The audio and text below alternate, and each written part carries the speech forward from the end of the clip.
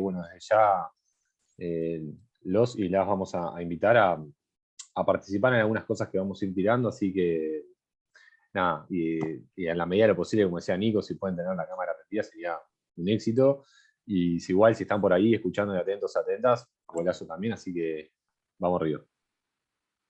Y Bueno, un yo, placer. Sí. perdón, yo ya me despido. Van a ver que este grupo es impresionante. Abren un cachito así. Hoy entramos sin caldeamiento, siempre entramos con música y ya entran como más descontracturados. Hoy no la pudimos pasar. Pero van a ver que a la tercera pregunta, el grupo es impresionante. Buenísimo. La motivación que tiene el aprendizaje. Excelente. Sí, Vamos arriba. sí, totalmente lo que decía Darío, un grupo muy participativo, y que bueno, en este momento del semestre, bueno, se siente un poco la intensidad de los parciales, ¿no? Del estudio, y bueno, eso tiene, ¿no? También su correlato a veces en la participación, pero muy activos y con comentarios realmente muy interesantes, como un proceso de aprendizaje colectivo de todos, así que bueno, bienvenidos todos sus aportes, como venimos conversando en estos encuentros, y bueno, hoy con dos invitados de lujo para compartir. Así que, Cari, Diego, no sé quién comparte, yo ya habilité para compartir pantalla, y bueno, cuando gusten, los escuchamos. Bien, voy, si querés, Cari, comparto. Dale, buenísimo, Diego.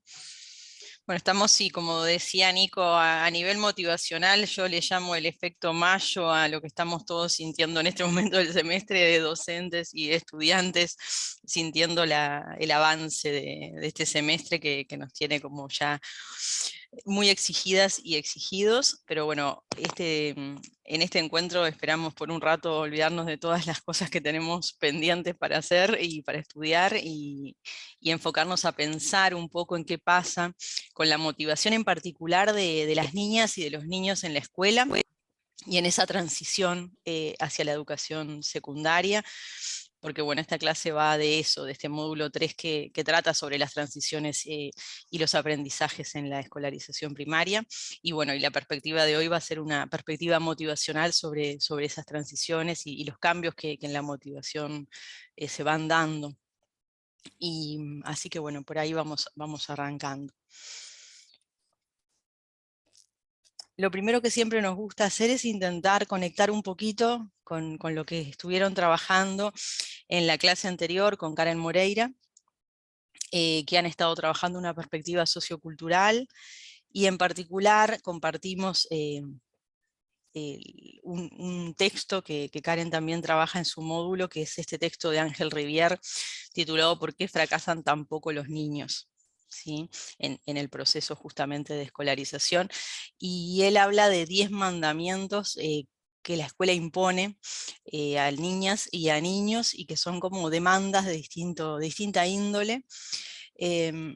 Y una de las cosas que siempre me gusta señalar es el significado o el acento que el título nos sugiere, porque en general la pregunta es acerca de por qué fracasan, ¿sí?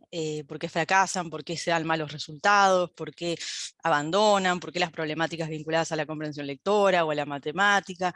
Y en realidad Rivière formula distinto el problema. En realidad le parece que fracasan poco, dado el nivel de demanda al que están sometidos y sometidas en el proceso de escolarización. Y una de las demandas tiene que ver con esta cuestión que trabajaron con Karen de desvincular el pensamiento.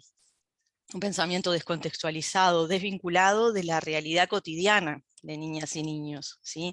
Y en definitiva un pensamiento que se desvincule de nuestros propios intereses, ¿sí? Y de las cosas que como humanos nos movilizan, para poner el foco de atención en lo que debemos aprender, ¿sí? Entonces ahí ya a nivel motivacional surgen aspectos que son demandantes, ¿sí?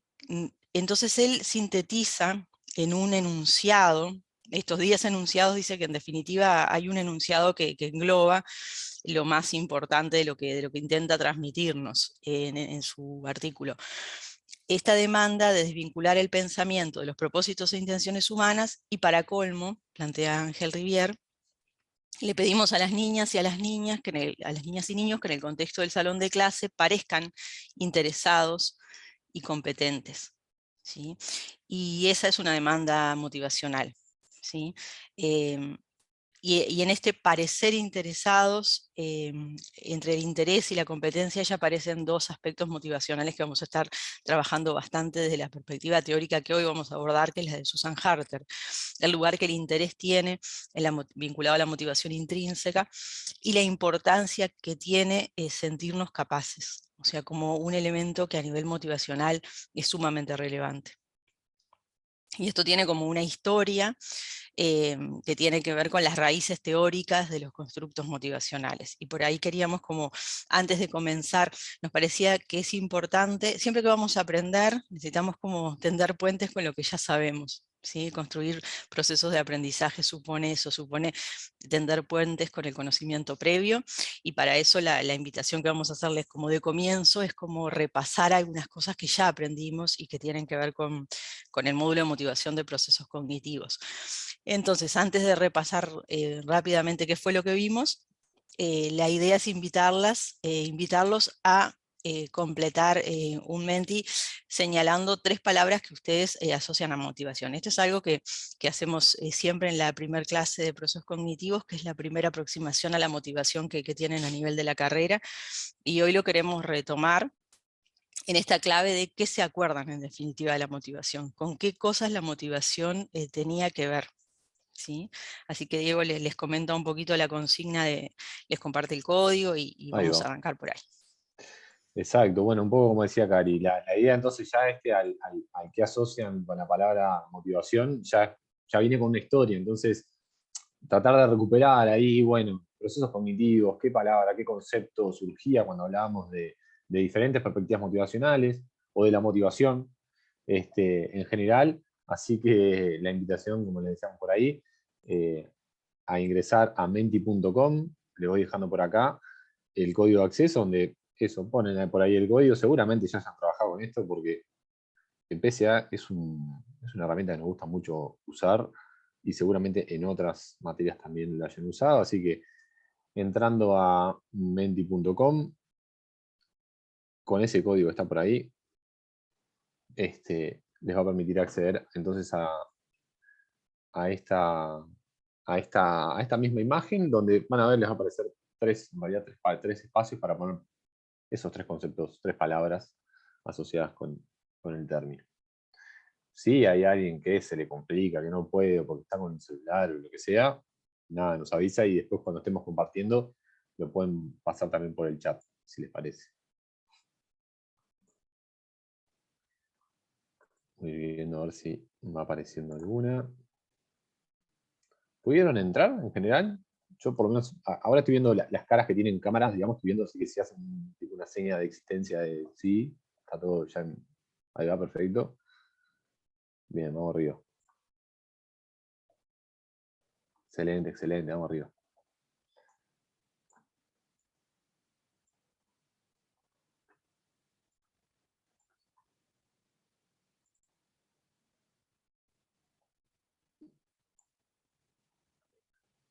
Ahí va, por ahí va apareciendo un poquito.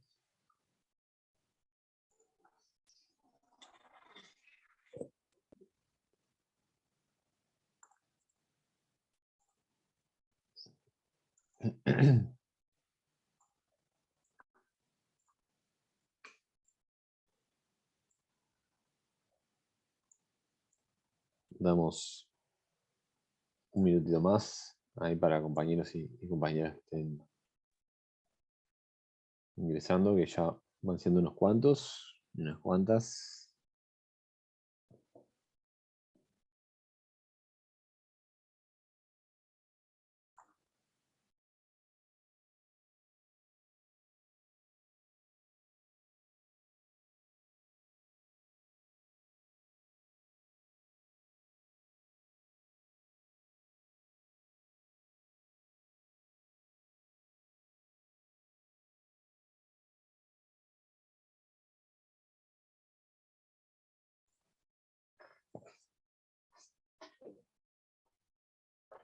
Bueno, bien, a ver, por ahí vamos. O siguen apareciendo 27, 28.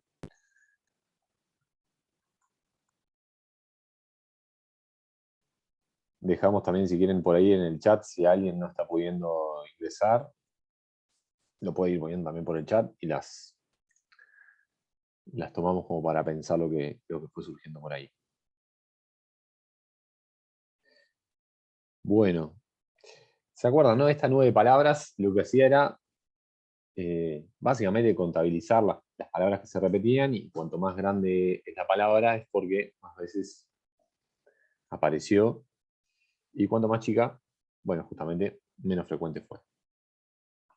Bien, aparece por ahí entonces, así como por lo menos de las más mencionadas, el tema de las ganas, algo ahí de una sensación que experimentamos muchas veces cuando estamos motivados, que son esas ganas de hacer algo, ¿no? Así a nivel como muy general. No sé si en algún momento, ahora estás pensando en procesos, creo que ganas, así como ganas, quizás no usamos, pero bueno, es algo que claramente cuando invocamos a la motivación como concepto en clave de vivencia, nos trae, ¿no? Esto de las ganas. Bueno, voluntad sí, fue que ahí va un concepto que trajimos muy enganchado, ¿no? A las los primeros posicionamientos que empezaban como a pensar la motivación, más a nivel más conceptual y si se quiere también filosófico, el tema de la voluntad, que después fue tomando otras formas, ¿no? Curiosidad aparece por ahí. Bueno, aparecen ya conceptos más también de lo extrínseco y lo intrínseco, que nos tienen como muy enganchados también con lo que va a ser la clase de hoy, o muy vinculados con la clase de hoy. Estoy viendo María, decía, yo estoy del teléfono, pero pondría rasgo versus proceso psicológico. Interesante. Interesante ahí lo que trae María, una discusión que en algún punto para algunos está saldada, para otros quizá no tanto, pero bueno, hoy nosotros nos vamos a posicionar desde un lugar que bueno, que va a marcar la cancha, por lo menos en esto que dice María, hacia un lado o hacia el otro, pero ya se pueden imaginar o pensar por dónde vamos, ¿no? Bueno, aparece en las palabras proceso, claramente por ahí, que es lo de intrínseco y extrínseco. Bien, no vamos a spoilear, pero nos pueden ir diciendo ustedes qué piensan que puede ser lo intrínseco y lo extrínseco por el chat, o a qué les suena que puede ser lo intrínseco y lo extrínseco. Bueno, siguen apareciendo por ahí algunas palabras. Ahora vamos a ir con Martín, que ya vi que levantó la mano. Aparecen las metas. Bueno, ahí sí, las metas, ¿no? Tuvimos eso, sí que hablamos bastante en procesos cognitivos. Y después aparecen otros aspectos que no sé, Cari, cómo los ves, pero que justo ayer cuando hablábamos, ¿no? Le preguntábamos al grupo de la noche, y es una pregunta que siempre hacemos con Cari cuando empezamos a trabajar el tema: ¿qué es lo que experimentamos cuando experimentamos motivación, ¿no? Cuando estamos motivados. Cuando estamos motivados. Y por ahí aparece como algo de, llamarle quizá de la felicidad, aparece por ahí, esto de, había leído otra, el ánimo, aparecía también por ahí, había otra también que había leído, me parecía que estaba como en esa misma línea, ¿no? Que es como, ¿qué es lo que hay? Alegría, era eso, ahí va, alegría, ¿no? Como características que experimento, o algunas cuestiones que experimento cuando estoy motivado. Y capaz ahí, Martín, tenías la mano levantada, bajaste, te inhibí, metele. No, era porque justamente iba a decir sobre esto de intrínseco y extrínseco, pero si lo va a dar en el correr de la clase no es necesario todavía. No, aprovechemos Martina a que lo cuentes, así repasamos, porque estoy viendo también en el chat que aparecen precisiones conceptuales que retoman lo que vimos en procesos cognitivos, porque esta distinción entre lo intrínseco y lo extrínseco la trabajamos cuando vimos la teoría de autodeterminación. Ahí están como en el chat. Si querés agregar algo más, sí. No, lo que vi de la lectura de Harter era que como que intrínseco era algo que nacía más de uno mismo o del interés que uno tenía hacia el afuera, y extrínseco es al revés, es como distintas estrategias que intentan los otros para que uno centre la atención sobre eso. Nada más que eso. Exacto. Exactamente, así como lo trae Martín, como lo venían planteando en el chat, ¿no? Esto de lo extrínseco, por ejemplo, asociado a un sistema de recompensas, de notas, o como ponían allí, de evolución del docente, lo intrínseco que lo traen como algo que nace como desde el interior, y lo extrínseco, por eso también lo exterior y lo extrínseco, ¿no? Y aparece también esta idea de lo intrínseco vinculado plantean allí, a la motivación por aprender. O sea que lo que motiva es el aprendizaje en sí mismo, el conocer, ¿no? Eso que van poniendo en el chat. Esto que traía Diego, que nos resulta interesante cuando vemos esta nube de palabras, que en algunos casos representan conceptos, en algunos casos se vinculan a nuestra propia experiencia, de sentirnos motivadas y sentirnos motivados, y que experimentamos, cuál es como el correlato subjetivo de la motivación. Y en general este tipo de términos que refieren a la felicidad, a la alegría o a la diversión, están fuertemente conectados con un componente emocional, ¿sí? Con una experiencia de una cualidad positiva de la emoción, cuando uno experimenta motivación, y que muchos de los términos que están en la nube quizás representan más el polo de lo intrínseco.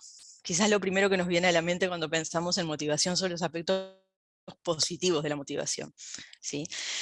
Pero la motivación no es solo, es motivación intrínseca, y entonces allí en las nubes aparece lo de lo extrínseco, y aparecen términos que tienen que ver, por ejemplo, con el incentivo.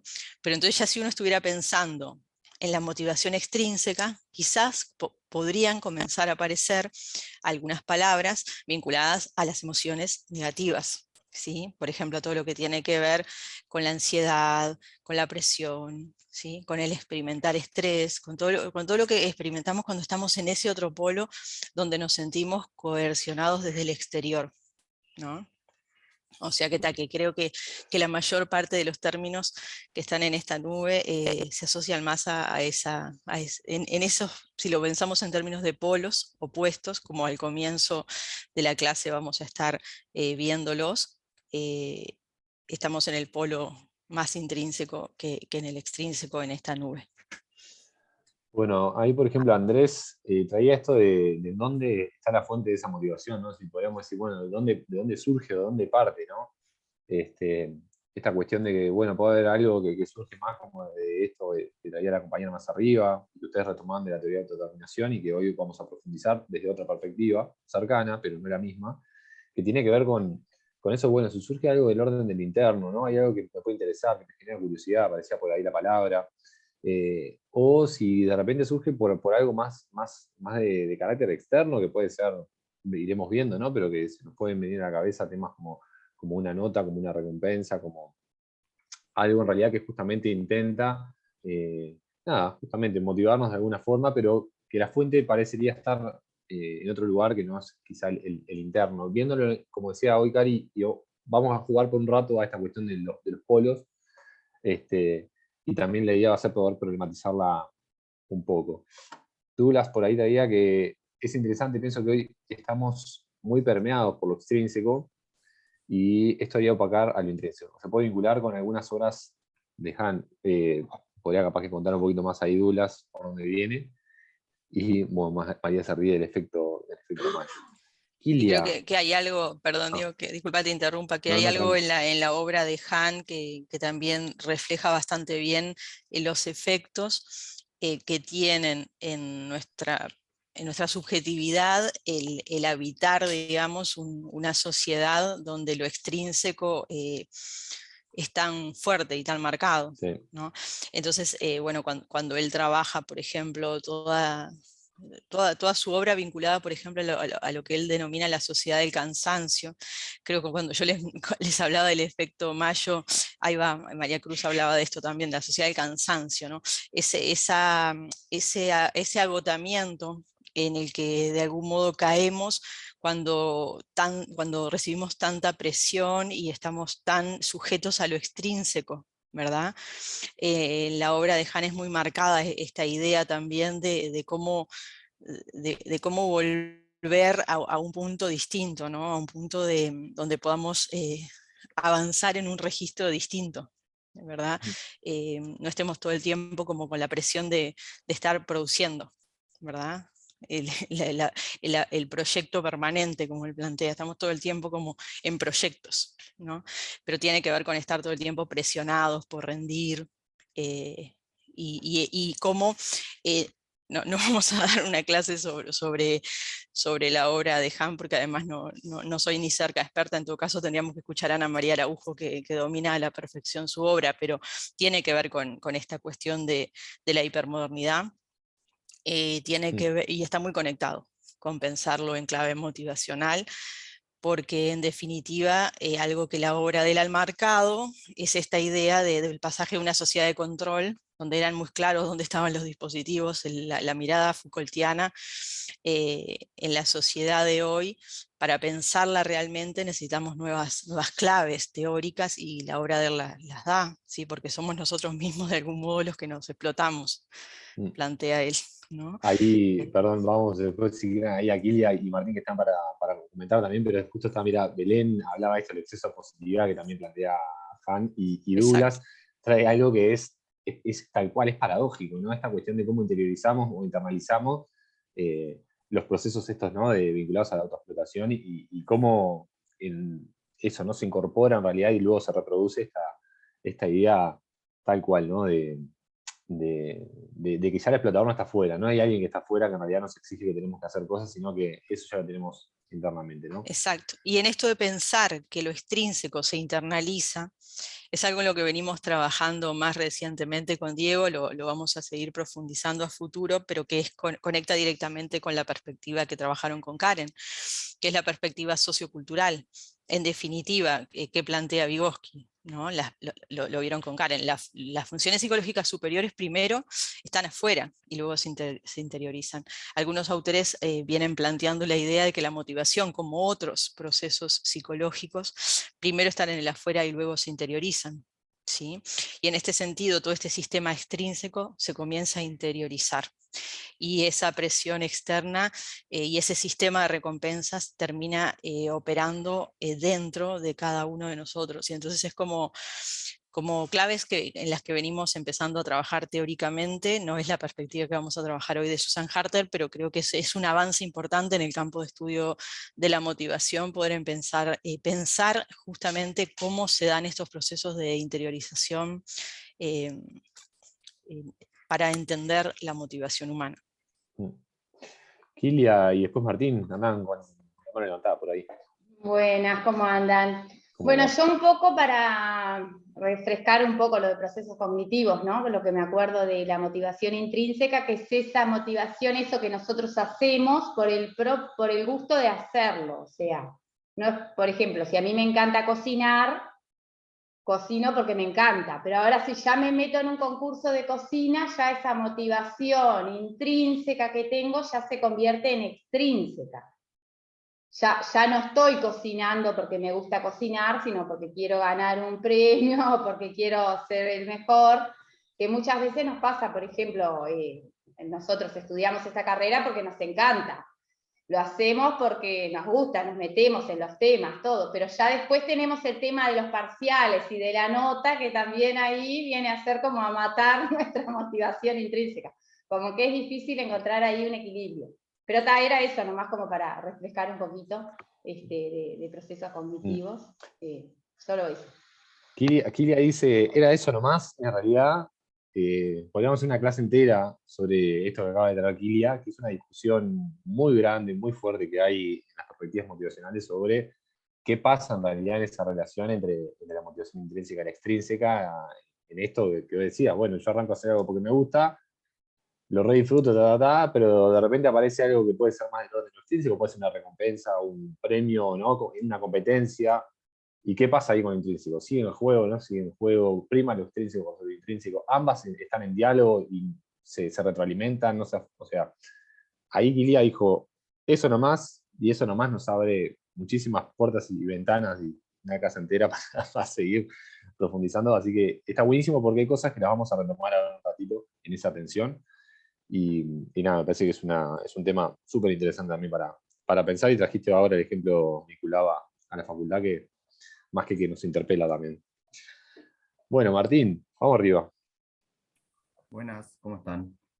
¿Cómo va? Creo que ahí, como agregando al planteo de Kilia, traía en el semestre pasado, ahí proceso cognitivo, era como el efecto socavador de la recompensa.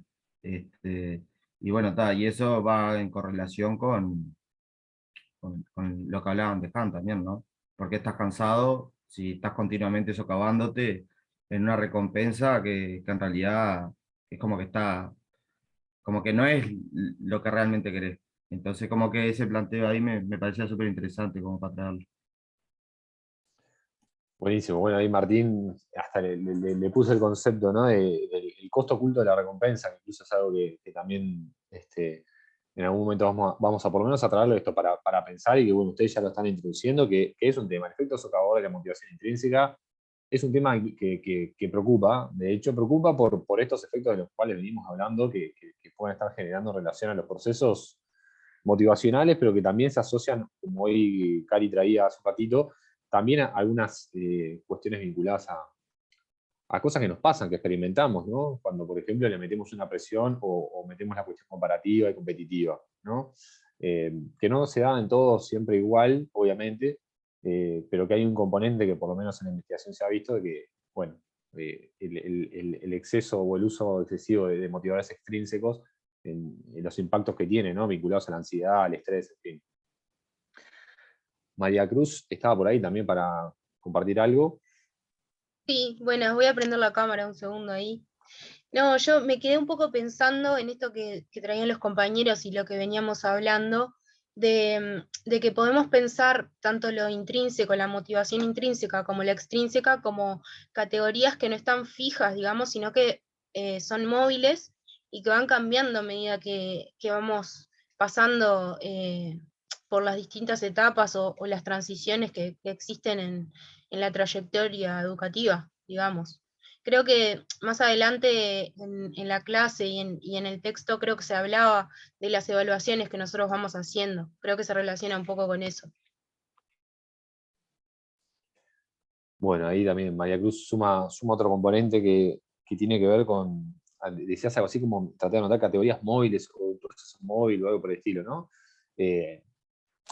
Que eso también dentro del campo de la motivación, cuando ahora, por ejemplo, por ahí aparecía la cuestión del rasgo versus lo del proceso, ¿no? ¿Es un rasgo, es algo que en realidad está como prendido a la personalidad del sujeto, o es algo que en realidad puede ir cambiando según el contexto? Es decir, si hoy quizá a ustedes les preguntamos qué tan motivados están con el tema que vamos a trabajar hoy o que se viene en este módulo, quizá su motivación haya cambiado en relación a, por ejemplo, el módulo 1 o el módulo 2, o incluso por el efecto Mayo del que está hablando Karina, de que habló Karina y que trajo para pensar, cómo también puede estar jugando eso en el momento actual, y capaz que, bueno, en un contexto determinado, cierto tema o cierto eje me podía interesar y le podía dedicar tiempo y lo disfrutaba, y en otro quizá no. Entonces, esto que traía María Cruz, como esta idea de lo móvil, también vamos a ver que tiene como un rol importante en la motivación, y en particular en la perspectiva de Harter vamos a ver algunas cosas que planteaba ella y algunas cosas también posteriores que retoman esta idea de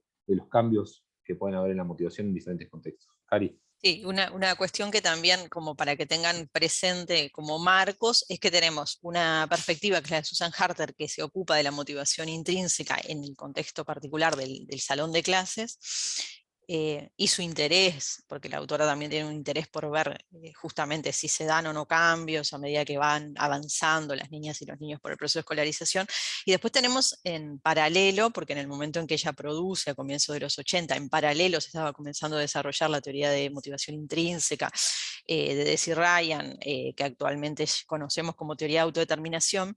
Y recuerdan que en la teoría de autodeterminación justamente una cosa que como se entiende, digamos, la motivación es como un continuo, ¿sí? Que nos vamos moviendo, esta movilidad está muy presente en la teoría de autodeterminación. Entonces nos vamos moviendo en ese continuo y podemos, en un extremo teníamos la motivación intrínseca y en el otro extremo del continuo está la desmotivación.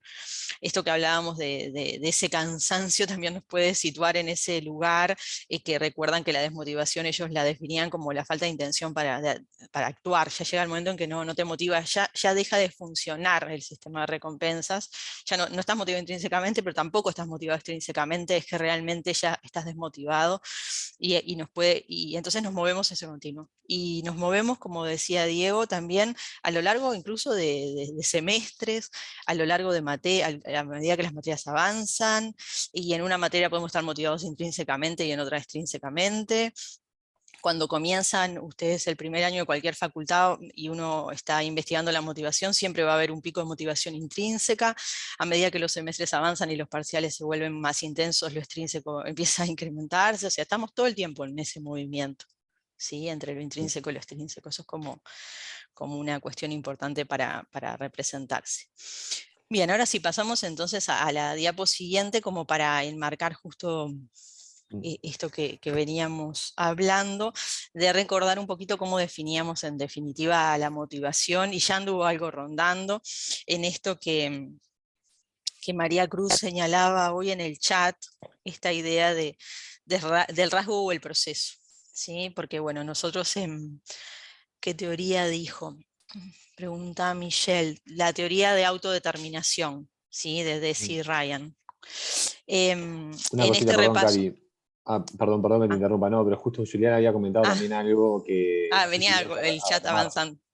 No, tranqui, pero que también ahora creo que lo vamos a plantear con esto de también como la cuestión más de los vínculos, quizá, decía por ahí, esto de además de las etapas, también puede ir cambiando según las personas, quizá cierta cosa que comparto dice con otro, cierto objetivo, ¿no? O sea, hay algo también de la dimensión social o vincular que también se pone en juego y que bueno, que también creo que es parte de lo que vamos a estar charlando ahora un ratito, simplemente para no dejarlo pasar. Perdón. Buenísimo.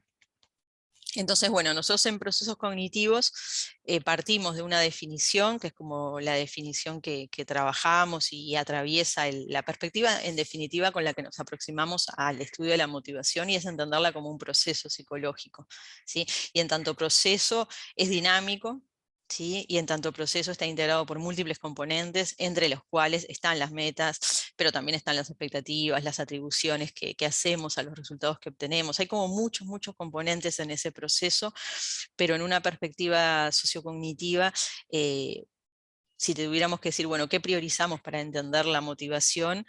Entendemos que en ese proceso psicológico fundamentalmente influyen pensamientos, creencias y emociones. ¿Sí? Esa es como la perspectiva que Pintrick y Jung traen en el manual Motivación en Contextos Educativos, para contraponer otras perspectivas de la motivación que ponen el acento o bien en el deseo, o bien en la voluntad, o bien en el instinto, como tres grandes macro teorías que en algún momento predominaron en la psicología como disciplina.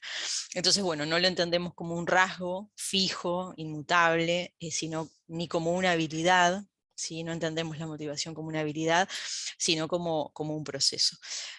Algunas de estos términos aparecían en la nube de palabras. Es claro que para la psicología de la motivación, desde una perspectiva cognitiva y sociocognitiva, el constructo metas es central, ¿sí? Porque la teoría de metas es una de las grandes mini teorías motivacionales. Y ahí vamos a pasar a la diapositiva siguiente, solo recordar cuáles fueron las teorías que vimos hasta ahora, de las que ustedes ya han estado en contacto. ¿Sí? La teoría de metas, la teoría de motivación intrínseca o de autodeterminación, y la teoría de atribuciones causales son las tres teorías motivacionales que vemos en procesos cognitivos. No quiere decir que sean todas las teorías motivacionales que coexisten en este momento, pero son las tres principales y son en las que nos enfocamos en ese momento. Y en realidad ahora entramos a otra perspectiva teórica, que es la de Susan Harter, que está muy conectada con la perspectiva teórica de Deci Ryan, pero a su vez tiene sus propias características. Porque el trabajo de Susan Harter se vio fundamentalmente influido por la perspectiva de un psicólogo americano, Robert White, que introduce en 1959 el término o el concepto de competencia. ¿Sí? No en el sentido de competir, sino de sentirnos capaces. ¿Sí?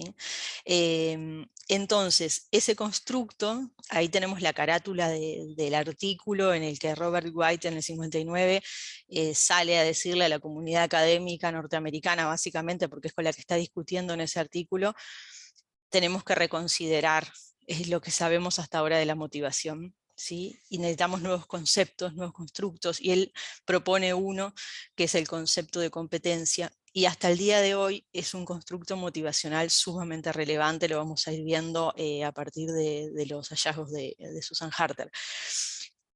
¿Con quién discute Robert White en ese momento? ¿Con quiénes son los interlocutores e interlocutoras de Robert White? Bueno, básicamente es el conductismo y el psicoanálisis. ¿sí? Entonces, este artículo, que es bien teórico, es un artículo donde de algún modo discute con esas dos perspectivas, mostrando las limitaciones de ambas y mostrando que se necesitaban nuevos conceptos para entender qué es la motivación humana.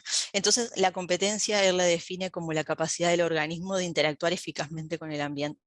Vamos a ver cómo a lo largo de las distintas teorías motivacionales esta idea va a estar rondando, ¿sí? Hay algo inherentemente humano que es esta necesidad de sentirnos capaces, va a plantear Robert White, y que esa necesidad de sentirnos capaces nos motiva, nos impulsa. ¿Nos impulsa a qué? A explorar y a experimentar, movidos básicamente por nuestra curiosidad, ¿sí? Que es algo también muy inherente a nuestra especie, ¿sí?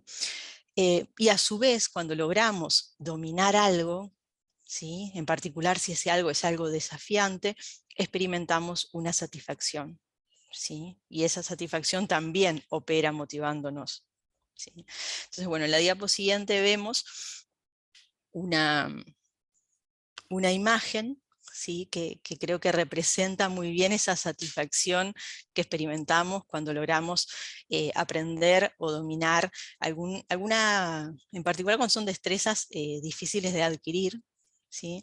Como puede ser en este caso aprender a andar en bici para un niño o una niña pequeña, ¿sí? Entonces nos involucramos en tareas que nos exigen, que exigen mucho, o sea, aprender a andar en bicicleta no es algo trivial, y cuando logramos dominarlo, experimentamos, lo que vemos en el rostro del niño es el correlato de emociones positivas, ¿verdad?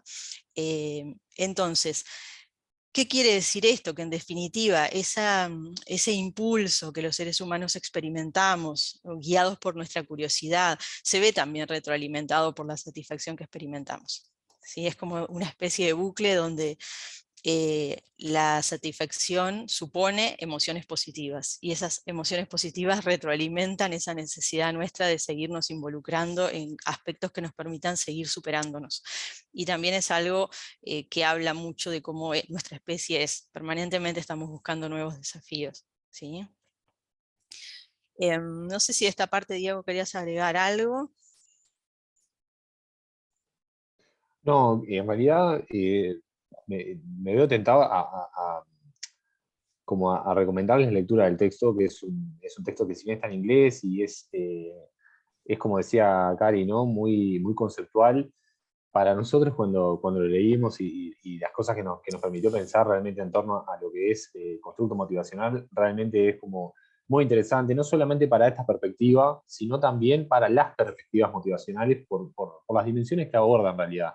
Los diálogos y las discusiones que plantea en torno al psicoanálisis y al conductismo para pensar los procesos motivacionales son realmente, por lo menos para nosotros que nos gustan estos temas, son como muy interesantes, muy apasionantes leer esa discusión casi interna que genera el propio autor y que a la vez tira líneas para otros que en ese momento, de nuevo, 1960, y antes, ¿no? Venían discutiendo y hablando sobre el tema, así que de nuevo, es una joyita el artículo para bichar en la medida de que quieran y puedan. Simplemente por ahí. Buenísimo. Bien. Bien. Ahora sí, pasamos a la perspectiva de Susan Harter, así que lo invito a Diego a introducir a la autora. Bien. Bueno, cosas que ya hemos un poco mencionado y que aparecían en esa diapo y que nos va a interesar ahora profundizar un poco más, ¿no?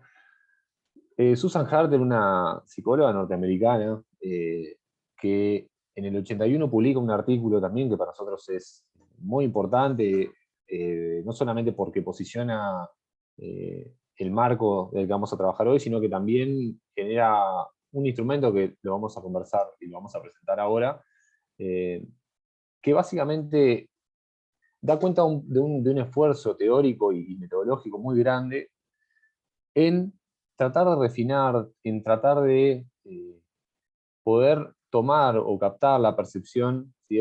Que tienen los estudiantes acerca de su motivación, ¿sí? Los niños y las niñas acerca de su motivación. Ahora, de dónde surge este interés? Harter retoma mucho de estos conceptos que traía vinculados a la competencia académica percibida de White y identifica esta naturaleza global, como veíamos, ¿no? Recién Cari comentaba, habla de la competencia vinculada al dominio de ciertas actividades, pero en realidad en un sentido mucho más amplio, ¿no? De la vida en general, y que el niño, y que nosotros inherentemente tenemos esa necesidad y esa búsqueda de sentir que dominamos el entorno y diferentes actividades que hacemos, ¿no?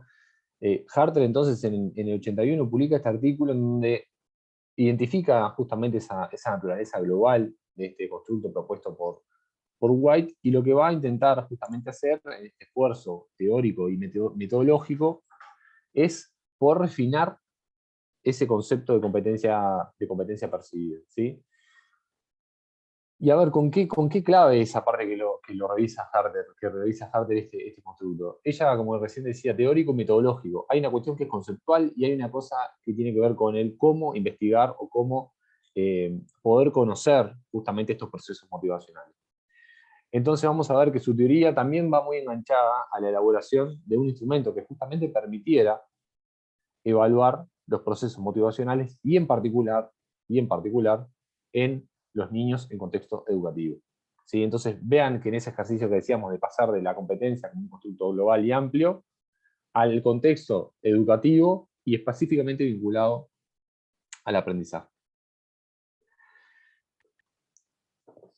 Harter va a plantear en esto que hay algo muy importante que pasa en el contexto áulico, ¿sí? En el encuentro educativo, que es la filosofía educativa impartida, ¿sí? que plantea por ahí en este párrafo Harter, que básicamente dice, bueno, los maestros, además de enseñar, ¿no? de instruir, también comunican una filosofía justamente educativa a través, por ejemplo, de lo que son las pautas mediante las cuales los estudiantes justamente van a ser evaluados, y fundamentalmente cómo en realidad ciertos mensajes, cierta información que se da en ese encuentro educativo tiene también un efecto muy importante en lo que es la motivación por el aprendizaje. Seguramente muchos de ustedes y muchas de ustedes estén pensando quizá en su clase de educación primaria, qué mensajes, qué cosas pasaban en ese encuentro que de repente nos motivaban de una forma o de otra, ¿no? Y cómo en realidad eso también influía en cómo yo me vinculaba con el aprendizaje. Es decir, es lo mismo que pongamos un énfasis en como hoy hablamos, de las notas, de las recompensas o de aspectos que están fuera del aprendizaje en sí mismo, fuera entre comillas, ¿no? O identificamos como experiencias que tengan más que ver por ejemplo, con esto, con qué me pasa a mí con el aprendizaje, cómo es mi relación con ese aprendizaje, qué me pasa con lo que estoy trabajando, me gusta, estoy disfrutando de lo que estoy aprendiendo, siento que esto que estoy aprendiendo me contribuye, ya sea a mí como persona en este momento, lo que sea, a lo que entienda que le puede como enganchar. Entonces, Harter en esa línea, y ya vieron que entonces, si bien hablamos de motivación y hablamos de lo intrínseco hace un ratito y de lo extrínseco, hay algo del entorno muy importante, que recién Cari también lo traía en la definición que les planteamos. Hay algo del entorno, del contexto, que es muy, pero muy relevante a la hora de pensar la motivación. Y si bien, de nuevo, uno lo experimenta, tiene que ver con, de nuevo, un contexto que también posibilita, habilita, o como decía Harter, imparte una filosofía educativa particular, ¿no? Harter entonces en este punto, algo que va a guiar gran parte de su investigación, van a ser estas preguntas. Ella estaba muy interesada en querer justamente conocer qué es lo que entonces los motiva a los gurises. Los motiva en realidad un interés inherente a la actividad en sí misma por el tema, les interesa, los motiva la curiosidad, la preferencia por el desafío, o más bien los interesa y los motiva, mejor dicho, obtener una nota, ¿sí? Tener la aprobación, por ejemplo, del maestro o también de los compañeros, ¿sí? Y evitar, por ejemplo, la censura. Estas preguntas que en un principio aparecen contrapuestas es en gran medida lo que va a guiar parte de la investigación y gran parte de la investigación de Susan Harter en este momento. No sé si Nico había comentado algo por ahí también, perdón, recién lo vi, perdón. Entonces, en esta línea, retomo e insisto, en este ejercicio y en este esfuerzo teórico y metodológico que planteaba Harter, va a decir, bueno, nosotros podríamos pensar conceptualmente la motivación en algunas dimensiones, y ahí las vamos a ver, que las podríamos, por ejemplo, pensar en un instrumento que nos permitiera justamente relevar, ¿no?, estas percepciones que tienen los niños acerca de su motivación. Entonces, lo que va a hacer es agrupar en diferentes, como poníamos ahí, diferentes dimensiones. En ese instrumento que vamos a ver, ahí vemos 5 dimensiones, 3 específicamente tienen que ver con esta cuestión motivacional. Como vimos en la pregunta, ¿no?, ella se preguntaba, bueno, ¿los niños tienden a preferir, por ejemplo, el desafío, el interés, o las actividades en las que esté implicado un dominio más de carácter como dependiente, o lo contrario, ¿sí? Y fíjense que acá ella hace ese ejercicio de ponerlo en 2 polos, como decía Cari hoy al inicio, ¿no? Lo va a poner en 2 polos, porque ella, en definitiva, lo que quería ver era grandes orientaciones de la motivación. Es decir, en general, los gurises prefieren más bien tareas que sean fáciles, o en general prefieren más bien tareas que impliquen un desafío, ¿sí? Y otra dimensión, ¿sí?, compuesta por 2, nosotros le llamamos factores, ¿sí?, que son de carácter cognitivo informacional, que son aspectos que tienen que ver con en qué medida el niño o la niña entiende como las dinámicas básicamente de la escuela, ¿sí? Cuánto, decía Harder por ahí, cuánto el niño conoce o ha aprendido las reglas básicamente como el juego de la escuela, algo así usaba como ese término, que es básicamente si el niño ha logrado como desarrollar un juicio que es dependiente, por ejemplo, o independiente del maestro en relación a yo realizo una actividad y necesito que la maestra o el maestro me genere un juicio sobre eso que hizo, o en realidad yo ya, estando en la escuela, ya logré como desarrollar un juicio, por ejemplo, de carácter más interno. Lo mismo pasa con el criterio de éxito y fracaso que aparece por ahí, que tiene que ver con en qué medida necesito, por ejemplo, del docente para que me diga si me fue mal o me fue bien, ¿sí? O si yo ya, al hacer una actividad, bueno, me doy cuenta cómo fue que me fue, ¿sí? Bien, entonces, estas dimensiones, como les decía, Harter lo que hizo fue generar este instrumento, ¿sí?, que estuvo compuesto por 30 ítems, en donde esas 5 dimensiones que recién vimos, ¿sí?, a cada una de esas dimensiones desarrolló 6 ítems, ¿sí?, 6 enunciados que ahora los vamos a ver, en donde el niño y la niña tenía que leer y responder de acuerdo a lo que ese niño o niña percibía, ¿sí? Entonces, en esos 30 ítems nosotros podemos identificar, por un lado, el tipo de orientación motivacional, como recién decía. Bueno, orientación intrínseca o extrínseca. Y a su vez, el grado. ¿Qué significa? Bueno, ¿está muy motivado intrínsecamente o muy motivado extrínsecamente? ¿Sí? Entonces, el contenido ahí decía de reactivos y formato de respuesta, en realidad el contenido de los ítems, reactivo le decimos al ítem, lo que básicamente podía identificar era esta doble orientación y a su vez el nivel, ¿sí? Si podía ser media o alta, por ejemplo. Andrés, veo que tiene la mano levantada. Métale. Sí, me quedé pensando recién con esta palabra de orientación motivacional, ¿no? Y también cómo los centros educativos, de cierta manera, influyen un montón en el hecho, ¿no?, de dónde ponen el foco o el énfasis, ¿no?, a la hora de orientar al estudiante para que él, a la hora de afrontar, ¿no?, todo el proceso educativo, lo lleve más, lo pueda gestionar de una manera mejor o peor, ¿no? Sobre todo también una lógica capaz que de resultados, ¿no? O también en un proceso en el cual se pueda como que el estudiante, por así decirlo, ¿no?, motivarse, ¿no?, constantemente, más de nada del lado interno. Entonces está como que hay veces esas lógicas chocan un poco, ¿no?, en lugar de tratar de equilibrarse. Totalmente, Andrés, y es un desafío enorme, ¿no? Que incluso tensiona mucho el hacer del docente y también el hacer institucional. Nosotros venimos de un módulo en el que justamente, ¿no?, la institución como reproductora también de valores y códigos, o que intenta por lo menos, porque también vimos que han estado en jaque, ¿no?, pero ciertos códigos y ciertos valores sociales a la interna de las instituciones. Eso tensiona, porque si en realidad a nivel social hay un énfasis muy puesto en los resultados, en el obtener, en el ser asociado al tener también, y el tener que puede tener que ver con un aprendizaje, por ejemplo, en una escuela totalmente contextualizado, como vimos hablando. Entonces, totalmente, esto que dice Andrés es un tema, porque tensiona todo el tiempo incluso a los docentes por ser ellos evaluados también en lo que hacen, ¿verdad? Evaluados en esto de que también tienen un puntaje. Entonces, ¿cómo también juega, y profundizo en esto que traía Andrés? Bueno, cuestiones de la motivación de los propios docentes en enseñar, en ese encuentro que pasa ahí educativo, que todos queremos que todos aprendamos, pero cómo generamos esos aprendizajes nos tensiona en esa lógica institucional, ¿no?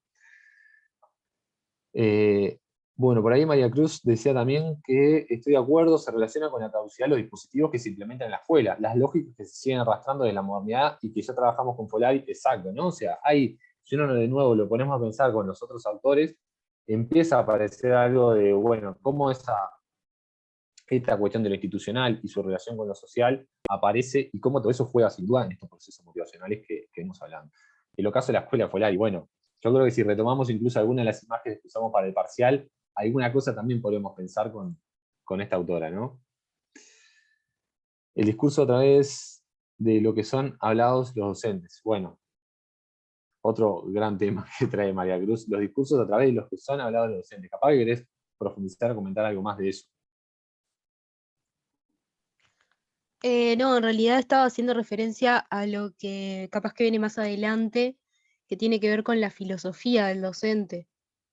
Creo que tiene que ver con eso y también se relaciona con esto de lo sociocultural, digamos, de que la motivación se ve opacada o fomentada por lo que, o sea, el docente influye directamente también los pares, pero creo que viene más adelante eso. Bien, bueno, retomamos, ¿no? Decíamos, hoy no vamos a hablar de la perspectiva sociocultural de la motivación, pero que en realidad esto todo el tiempo es cambiable, porque efectivamente hay algo del orden de nuevo de lo social que está jugando y de los vínculos que está jugando en esa orientación motivacional. Andrés por ahí levantó la mano. Sí, yo quería hacer un Ahí va. pequeño matiz ahí con respecto a Dale. eso.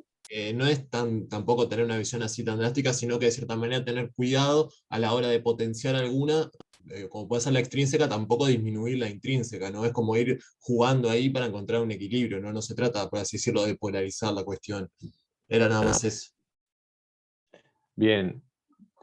Sí, como decíamos, en un principio, por ejemplo, acá Harter lo que va a tratar es identificar en términos de polos esa orientación, hacia dónde están más orientados intrínseco o al extrínseco. Vamos a ver justamente que en realidad esta idea de los polos, porque también sabemos que en los hechos no se da quizá tan así, ¿no? O sea, lo intrínseco y lo extrínseco pueden estar todo el tiempo en juego. Bueno, hoy sí vamos a en un ratito profundizar un poquito más en eso y quiero adelantar un poquito más esta parte para meternos justamente en esa parte que nos parece muy importante.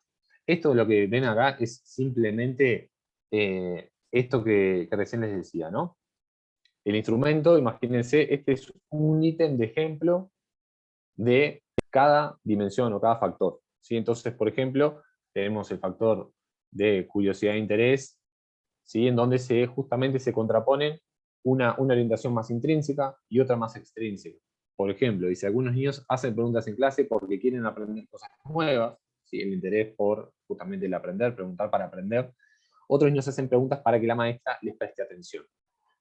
Ahí vemos entonces la cuestión del reconocimiento social, ¿no? Entonces vemos que en esos dos enunciados, una orientación más intrínseca y una más extrínseca.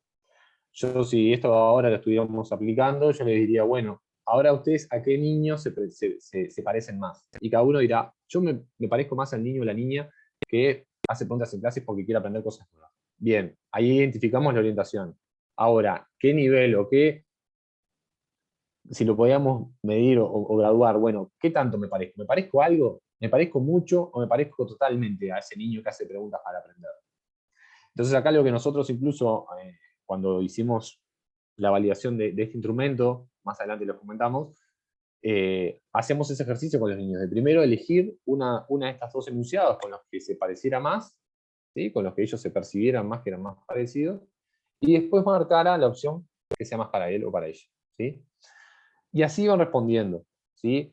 Nosotros aclaramos siempre que, si bien a simple vista parecería compleja la forma de responder, lo cual puede ser, hacemos ítems de ejemplo, ¿sí? De hecho el instrumento original plantea los ítems de ejemplo que van con algo tan mundano y bajado como que puede ser la preferencia por un alimento. Por ejemplo, algunos niños prefieren panchos, otros niños prefieren hamburguesas. Entonces ahí con los niños trabajamos eso, bueno, en general, ¿por dónde va? Y entonces ahí el niño en relación a cada uno decía, bueno, a mí me gustan más las hamburguesas, bien. ¿Qué tanto? Mucho, poco, nada, bien. Entonces ahí ellos marcaban en relación a ellos, ¿sí? Bien, todo esto porque identificar este instrumento, que fue la operacionalización, ¿sí? Es decir, la bajada a un instrumento para evaluar estos constructos que venimos charlando. No sé si Cari hasta acá algo que quisiera comentar o alguien que quiere comentar algo. Hasta No, acá, por y si ahora. no, bien, espectacular. Esto simplemente como a modo de resumen de algunas de las cosas que venimos planteando, ¿no? Veíamos ahí a Lisa muy feliz llevando los libros de diferentes materias, ¿no? La motivación intrínseca, entonces, por todo lo que ya venimos charlando, y ustedes en esto creo que nos hicieron adelantar bastante porque ya lo fueron planteando, se ha vinculado, ¿sí? Por ejemplo, la elección por preferencia, perdón, la elección por tareas más bien desafiantes, tareas que implican un cierto ejercicio que me implique querer, o que me involucre de una manera que me desafíe, que me lleve de repente a cuestiones que pueden ser más difíciles, por ejemplo. Esto es lo inherentemente interesante, lo que es un punto muy importante y que comparte con la teoría de autodeterminación, simplemente como para hacer el vínculo, no es la misma perspectiva, pero vean que hay una similitud muy importante. Predomina un criterio de evaluación interna que mencionábamos hace un ratito.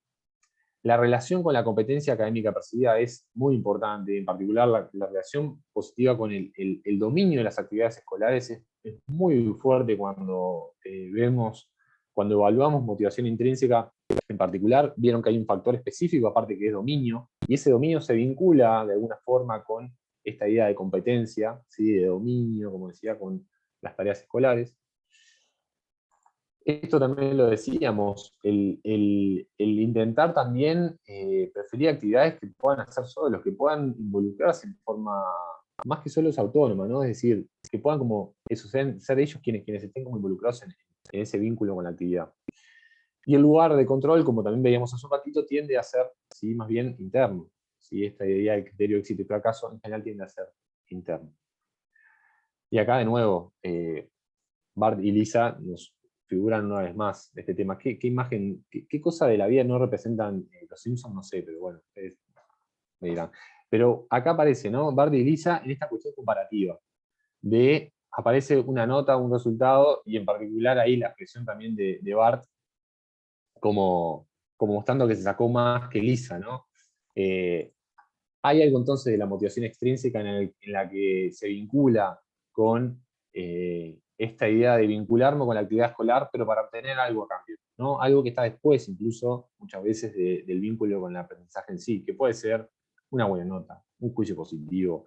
Yo ayer les comentaba a los compañeros un gran motivador extrínseco, me acuerdo cuando tuvimos en sexto de escuela con mi hermano, era, si pasan sexto año de escuela, les regalamos una mesa de ping-pong, que nosotros la veníamos pidiendo hacía 1000 años, y mis padres habían podido en ese momento conseguir una, y dijeron, bueno, si les va bien, mesa de ping-pong para fin de año. Genial. ¿Qué pasó ahí? Nos fue, Ulises, si ustedes disfrutan el aprendizaje y nos cuentan en qué están, qué les está pasando con el aprendizaje, si es algo que les interesa. No fue por ahí la pregunta. La cosa fue, che, si salvan, hay zanahoria, ¿se entiende? O sea, como esa lógica de que el aprendizaje en sí capaz que no era tan relevante. Lo que estaba era lo otro, era la mesa ping-pong, en este caso, ¿no? Y obviamente para llegar a ese objetivo o esa meta, más vale que las tareas sean fáciles para que en realidad no me la compliquen y me interrumpan en ese objetivo de conseguir la mesa ping-pong, ¿no? En fin, empezamos a ver como la contracara en este caso de las características que veíamos en la motivación intrínseca. Hay una relación con con la competencia, una competencia percibida más bien baja, ¿sí? de las actividades escolares. Tiende a haber un dominio de repente más dependiente del docente para hacer las actividades escolares, y esto que veíamos también del lugar, digamos, en el que se encuentra justamente ese control, tiende a ser más bien de carácter externo. Esto, de nuevo, como decíamos hoy, son generalidades que, de nuevo, en este ejercicio de identificar orientaciones motivacionales, se vinculan con algunas de estas características, ¿sí? Entonces es importante también pensarlo en esa Voy a interrumpirte un clave. segundito. Diego. Sí, sí, sí. Allí Andrés en el chat plantea esto de que le lleva a recordar un poco la cuestión del locus Total. de control, ¿sí? Que dice, capaz que no tiene nada que ver, no tiene todo que ver, es tal cual lo mismo, porque bueno, tanto la teoría, muchas de estas cosas que, como les decíamos, la teoría de Susan Harter, la teoría de C. Ryan, surgen en el mismo contexto histórico, bueno, ahí entre el 80 y el 85, en la Academia Norteamericana, el tipo de constructos de los que se podían valer en ese momento los psicólogos interesados en la motivación rondaban las mismas ideas teóricas, ¿sí? Que hasta el día de hoy son claves para entender la motivación humana, y sabemos que el lugar de control es algo muy, muy importante, que cuando los seres humanos experimentamos un lugar de control interno, estamos situados, porque en la perspectiva de autodeterminación lo vimos así, estamos situados en el polo más intrínseco, y cuando sentimos que lo que estamos haciendo no depende de nosotros, sino que lo percibimos como controlado desde el exterior, estamos situados más en el polo de lo extrínseco, ¿sí? Y cuando estamos en la desmotivación, tenemos un lugar de control indeterminado, ya no tenemos claro qué es lo que nos controla, si lo interno o lo externo, y es como el peor escenario, digamos, motivacionalmente hablando. Pero el concepto de lugar de control es un concepto propio de la psicología social, no de la psicología cognitiva, pero que la psicología cognitiva toma esta idea que introduce Rotter en la psicología social, porque se entiende que es algo muy importante para comprender la psicología humana, y en particular la motivación. Bien, buenísimo. Aparte de ir haciendo esos enganches, bueno, hoy enganchamos hasta con Byung-Chul Han, y bueno, y ahora ya con cosas bien, bien enganchadas bueno, esas, las perspectivas motivacionales que venimos laburando. Bien, en la investigación también que se fue desarrollando años posteriores, incluso a este artículo original del 81, como decíamos, Harter investigó durante un tiempo más en estos temas, y este vínculo con la competencia académica percibida fue un tema central también en su investigación, y cada vez esto se identificaba una relación más directa entre lo que es la motivación intrínseca y la competencia académica percibida. Decíamos, bueno, a mayor involucramiento, mayor interés, mayor curiosidad, mayor desafío, también hay una relación con el mayor dominio sobre esas actividades escolares que realizamos. ¿Sí? Y más aún, hoy Cari también lo mencionaba medio al pasar, en particular, esa relación se va a dar en forma mayor cuando se obtienen, por ejemplo, buenos resultados en tareas difíciles. No es lo mismo, ¿verdad? Cuando nos vinculamos a una tarea que sabemos que es fácil y que la hacemos, bueno, ¿qué tanto va a cambiar eso, la sensación de dominio que puedo tener en una actividad, en comparación quizá a una que sea realmente difícil, ¿no? Si es una actividad que es percibida difícil y que logro dominar, bueno, esa relación va a aumentar quizá mi competencia académica percibida, ¿verdad? Bien, esto un poco entonces ya lo decíamos en relación a lo que puede ser como la otra cara de la relación de la competencia académica percibida con la motivación extrínseca. Ahora bien, también decíamos hace un ratito, y en particular este artículo lo muestra de una manera con mucho énfasis, es qué pasa en realidad con la motivación a lo largo del proceso educativo. ¿Sí? Harter en particular investigó estos cambios desde niños de tercero de escuela hasta noveno grado. ¿Sí? Recuerden Estados Unidos, contexto de Estados Unidos en 1980, por ahí. ¿Sí? En diferentes estados, incluso Estados Unidos lo hizo. ¿Y qué hizo esto? Quiso ver qué pasaba con la motivación a lo largo del proceso de escolarización.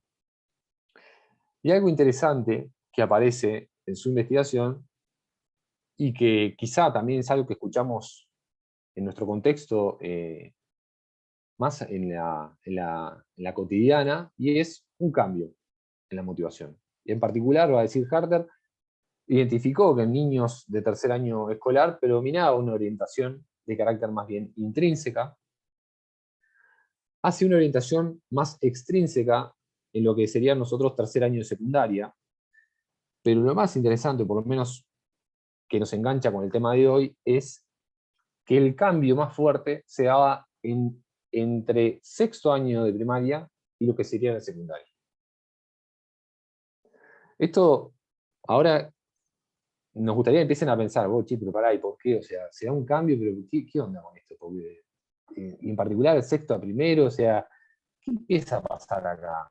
¿No? Martín anda por ahí con la mano levantada. Me hace como ruido el tema de que los procesos como de buscar a otros referentes que no sean tipo, ni los padres, ni las cosas de tu casa o lo que vos ves, sino más de lo social y como esa performativa de lo social que se te va, como que vas internalizando y como que empezás a ser un sujeto más social, ¿no? Que empezás a vincularte más, ves más, el liceo más grande que la escuela, y entonces decís, bueno, no sé, se me viene eso también. Bien. Pará, y esto que te hacía ruido, ¿qué es en sí lo que te hacía ruido o que estabas resonando, capaz? Y que, por ejemplo, nunca, no, ya sos como tenés cuerpito de hombre, ya sos Ajá, más adolescente, y bueno, ya sos como un hombrecito en la sociedad. bien.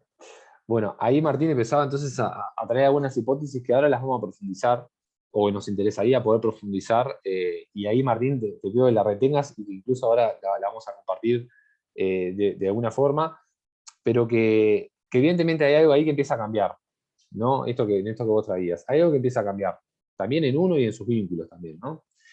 Acá lo que estamos mostrando es, por ejemplo, en la investigación que hizo Harder, cómo se da justamente este cambio, esta modificación. Vean el primero, por ejemplo, que está por ahí. A ver si lo puedo como, mostrar de alguna forma. Esta partecita de acá de preferencia por el desafío, el primer recuadro a la izquierda, digamos, el primer gráfico, vean que entonces arranca del polo intrínseco en tercero, ¿sí?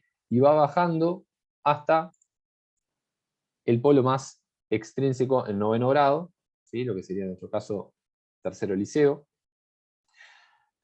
En curiosidad se observa un fenómeno similar y en dominio independiente también. Ahora, fíjense esto que pasa acá.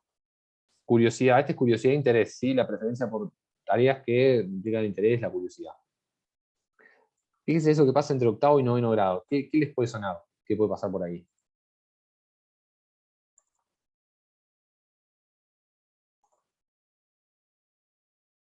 Lo pensamos en nuestro contexto, ¿no? Lo bajamos para acá. Estamos llegando al final del ciclo básico. ¿Qué puede estar pasando por ahí? Dale, Martín. Claro, porque decía octavo, noveno, yo pensaba que ya era dentro del liceo, pero ahí es diferente. No, debe ser curiosidad por lo nuevo, por la nueva institución, digamos, por los nuevos cambios. Lo mismo que pasaba con lo del, que vimos, no sé, la clase pasada, creo que fue lo del jardín y la escuela, creo. Bien, hay un cambio entonces ahí a nivel institucional, o por lo menos a nivel de ciclo, que nos habilita que pasen otras cosas. Y en particular, en nuestro caso, la entrada a bachillerato, por ejemplo, pues nos podría permitir pensar algo de esto, que es el poder profundizar en temas que me interesan de una manera diversificada también. Entonces, esa chance de poder elegir cosas que me interesan puede empezar a aparecer de otra forma acá, ¿no? Brian estaba con la mano levantada y sé que en el chat hay varias cosas, pero que no me dieron ahora para leerlas, capaz las podemos retomar en breve. Brian, dale. Sí, ¿cómo están? No, ¿Cómo va? que también otra cosa puede ser que al entrar al liceo te volvés un poco más independiente, porque al menos a mí mi madre me decía, mirá que ahora ya no vas a tener a la maestra que te revisa las cosas, o vos el que tenés que entregar el deber al profesor porque no te lo piden, o sea, como que te tenés que hacer más cargo de vos mismo, capaz que en la escuela no pasaba tanto, pero en el liceo sí pasa, y en la facultad ni se diga, ¿no? Porque tampoco tenés que estar siempre vos mismo a tu cargo porque nadie te va a hacer cargo de vos. O sea, empieza como que una autonomía más, una mayor autonomía de uno mismo, básicamente. Era eso, ¿no? Bien, gracias, Brian. Entonces, ahí de nuevo, ¿no? Esto de cómo el contexto que cambia, en realidad, invita y exige a la vez también un cambio que puede estar impactando los procesos motivacionales. Y en este caso, bueno, le preguntamos por la curiosidad y el interés que podía estar jugando, ¿no? A ver en el chat qué se estuvo moviendo. Hay como varias cosas, algunas refieren justamente a situar características propias de la etapa evolutiva que la adolescencia es, ¿sí? Cambios que se van dando en relación a eso, responsabilidades distintas que se comienzan a asumir. Después Mariana también trae la cuestión del rol, la diferencia sustantiva entre la figura de un maestro o maestra y el vínculo con 10 docentes, 10 profesores y profesoras diferentes, ¿no? Entonces, bueno, cómo ese tema del tipo de vínculo que se puede establecer en este sistema donde hay una rotación permanente de materia a materia, de docentes que no necesariamente, claro, al compartir menos tiempo también nos conocen menos, y nuestras posibilidades de establecer un vínculo cálido y cercano se ven un poco limitadas, ¿no? Y eso tiene un impacto. Tiene que ver con lo que hoy comentaba Nico en el chat, vinculado al clima motivacional de clase, que claramente hay diferencias que hacen a la motivación y que hacen al aprendizaje, que en definitiva se aprende, el aprendizaje se sostiene en vínculos. Y cuando tenemos tantos docentes se vuelve un poco complejo. Después María Cruz ahí sí tenía muchas, de todos modos ahora en un momento también vamos a pensar en seguir pensando en estas hipótesis. Te escuchamos, María Cruz.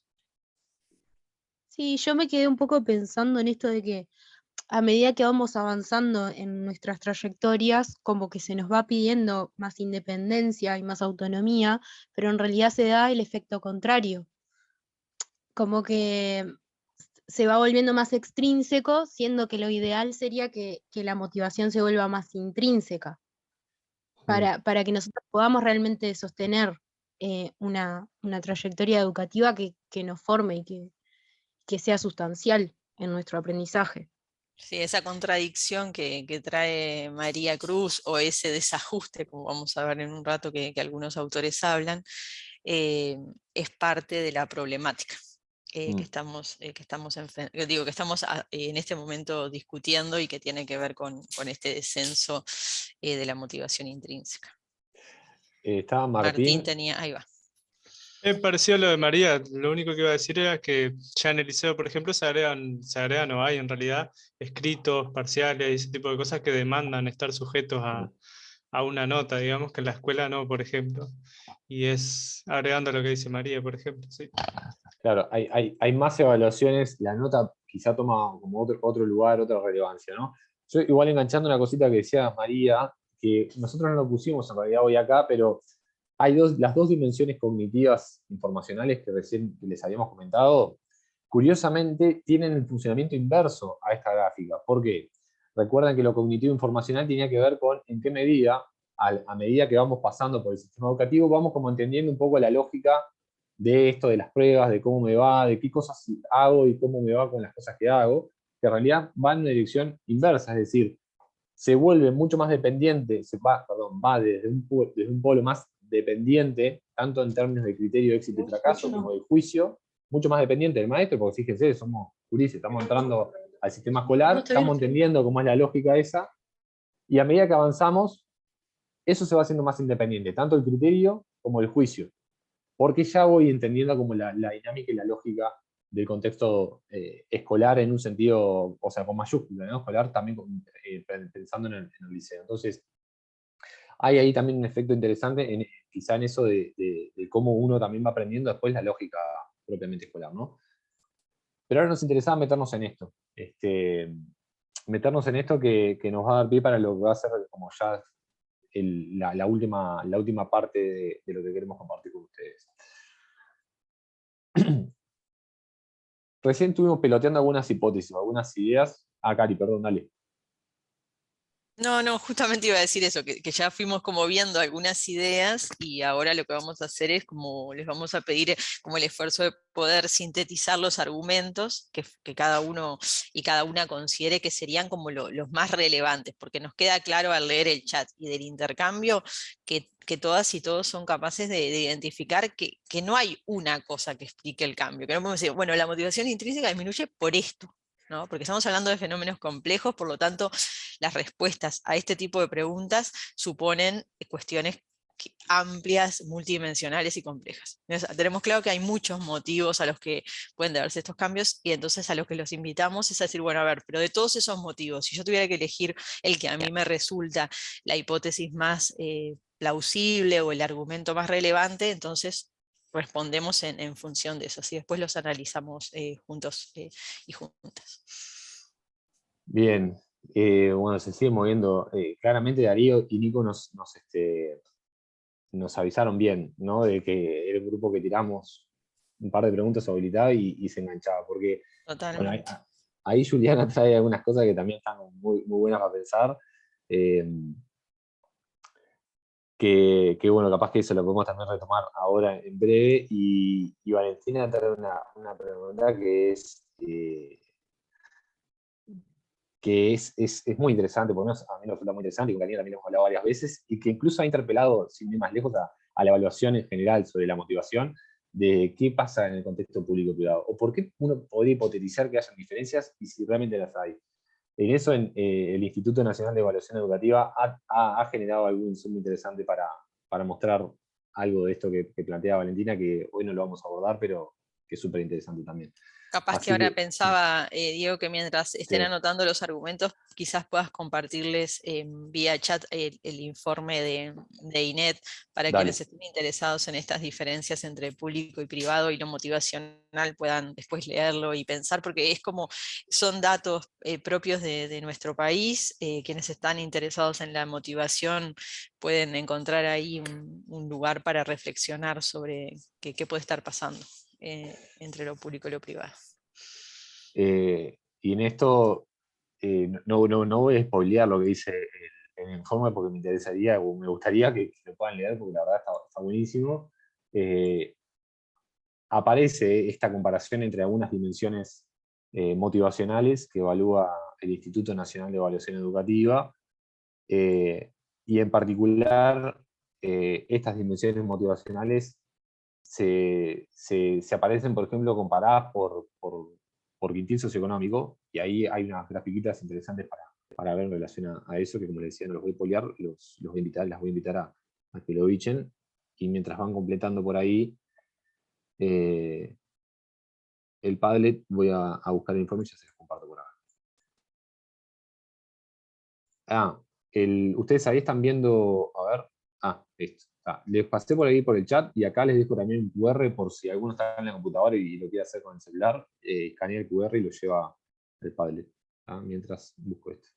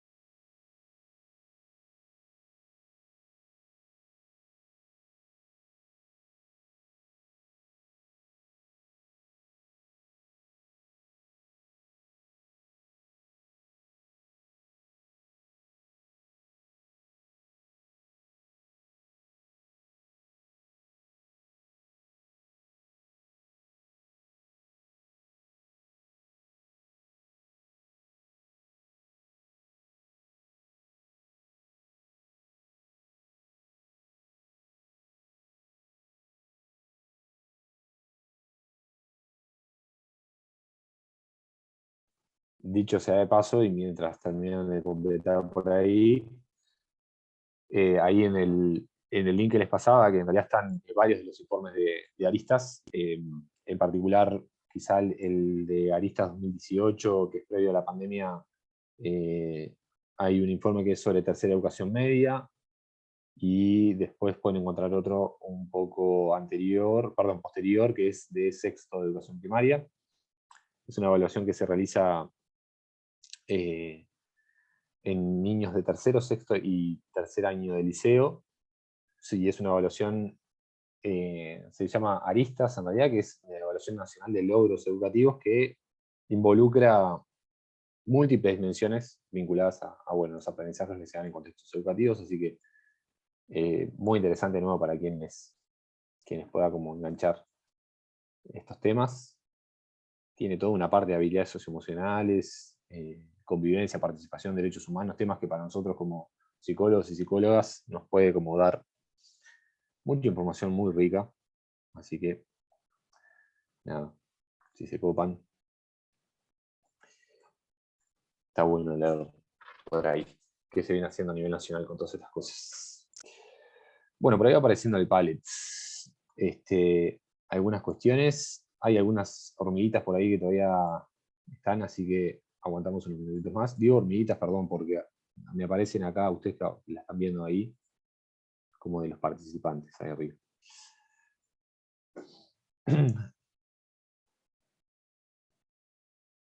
Bien, siguen apareciendo por ahí, y mientras les sigo comentando un poquito más. Bueno, en el INED también hay una parte específica que es un lugar donde se sistematizan experiencias sobre temas de habilidades socioemocionales, que quizá también a algunos de ustedes les puede interesar. Ellos en particular, algo de lo motivacional lo engloban dentro de las habilidades socioemocionales. Nosotros, como venimos planteando, son desde otros marcos, pero que sin duda que comparten algunos puntos. Bueno, a ver, ¿qué va saliendo por ahí? Nico, corregime, ¿vamos hasta las 3? ¿O hasta las 3 y...? Sí, la clase es hasta las 3, un poco lo que venimos acordando. Capaz que algún minutito más si precisan, pero un poco la medida es hasta esa hora. Bien. Bien, las 3 está perfecto porque 3:15 yo tengo clase, así que esos 15 minutos hago un pequeño descanso. Excelente, excelente, vamos a las 3. Bueno, entonces vamos viendo a ver qué va apareciendo por ahí, y desde ya, si hay alguien que quiera como profundizar en algo de lo que puso por ahí, pero sí, más que habilitado el micrófono y el chat. O alguien nos puso falta de ajuste persona-ambiente. ¿Cómo estudiamos, eh? Ahí leyeron, ¿no? Ahí leyeron a Eccles y Whitfield, me parece. Nada más y nada menos que aparte de Eccles y Whitfield. Bueno, no me dieron con chiquitas. Fui yo, dice María Cruz. María Cruz está haciendo, se ve que... Nada, no está haciendo la platea contigo, Cari, o algo por el estilo. No, me parece que a María Cruz la veo como una futura investigadora motivacional. Estoy motivada hoy, sí, estoy motivada. No, igual quería como agregar, ya que abrí el micrófono, que en Dale. realidad todo lo que es procesos cognitivos y eso no fue de las materias que más me atraparon, pero sí se nota esto, de que en realidad estuve como súper motivada con los materiales y eso, y capaz que en otras materias que se dan otras cosas que capaz que me interesan más, o que son como más, no sé, como que me llaman más, nada, no tengo tanta motivación. Entonces agradecer porque siempre esta clase ha sido, no sé, como que nos ha motivado en general, me parece, al grupo en general. Creo que hablo por todos. Y nada, eso. Vamos arriba, ¿qué más? Buenísimo. ¿Qué más? Sí, se percibe la motivación, se percibe el clima, Nico, que tenemos en este grupo. Está bueno, porque imagínense que Nico investigara sobre clima motivacional y en sus clases no hubiera un clima motivacional orientado a lo intrínseco, sería como en casa de herrero cuchillo de palo. Doy fe, aparte que no sé por qué, no pregunten por qué. Nico, lo estás grabando, bueno, no se va a quedar por ahí grabado igual, pero no importa. Pero he participado en varias clases de Nico, y no me pregunten qué pasa, pero bueno, y acá Nico y Darío seguramente vienen haciendo en conjunto ahí esta dinámica de grupo que se viene generando acá, que está preciosa. Claramente hay algo ahí que se pone en juego. Bueno, Gustavo aparece ahí, pregunta, al ajuste ambiente, persona-ambiente, ¿cómo se piensa? Ahora lo charlamos un poquito. ¿El ambiente cómo se piensa? Bueno, si no se piensa en la cultura. Ahí hay también algo. Digo, porque traes a Karen así como que la sentás de nuevo acá, ¿no? En esta de lo que vimos hablando de perspectivas socioculturales. Bueno, ahora nos metemos un poquito con eso, Gustavo, lo retomamos ahora. Pero bueno, hay algo ahí, de que sí se puede pensar en el ambiente como también en cuestiones sociales y culturales se ponen en juego en las instituciones. Bueno, a ver, por ahí aparecía, vamos retomando. Depende de muchos factores, entre ellos las formas y los contenidos de la programación curricular. No todos los centros educativos públicos dan los mismos autores, por ejemplo. Esto puede responder a trastocar la motivación o puede influir ahí en la motivación. Bien, entonces hay algo quizá de la currícula que puede estar jugando en algo de estos cambios, dicen por ahí. La capacidad de autogestión del gurí en ese cambio, entonces, quizá de primaria a secundaria.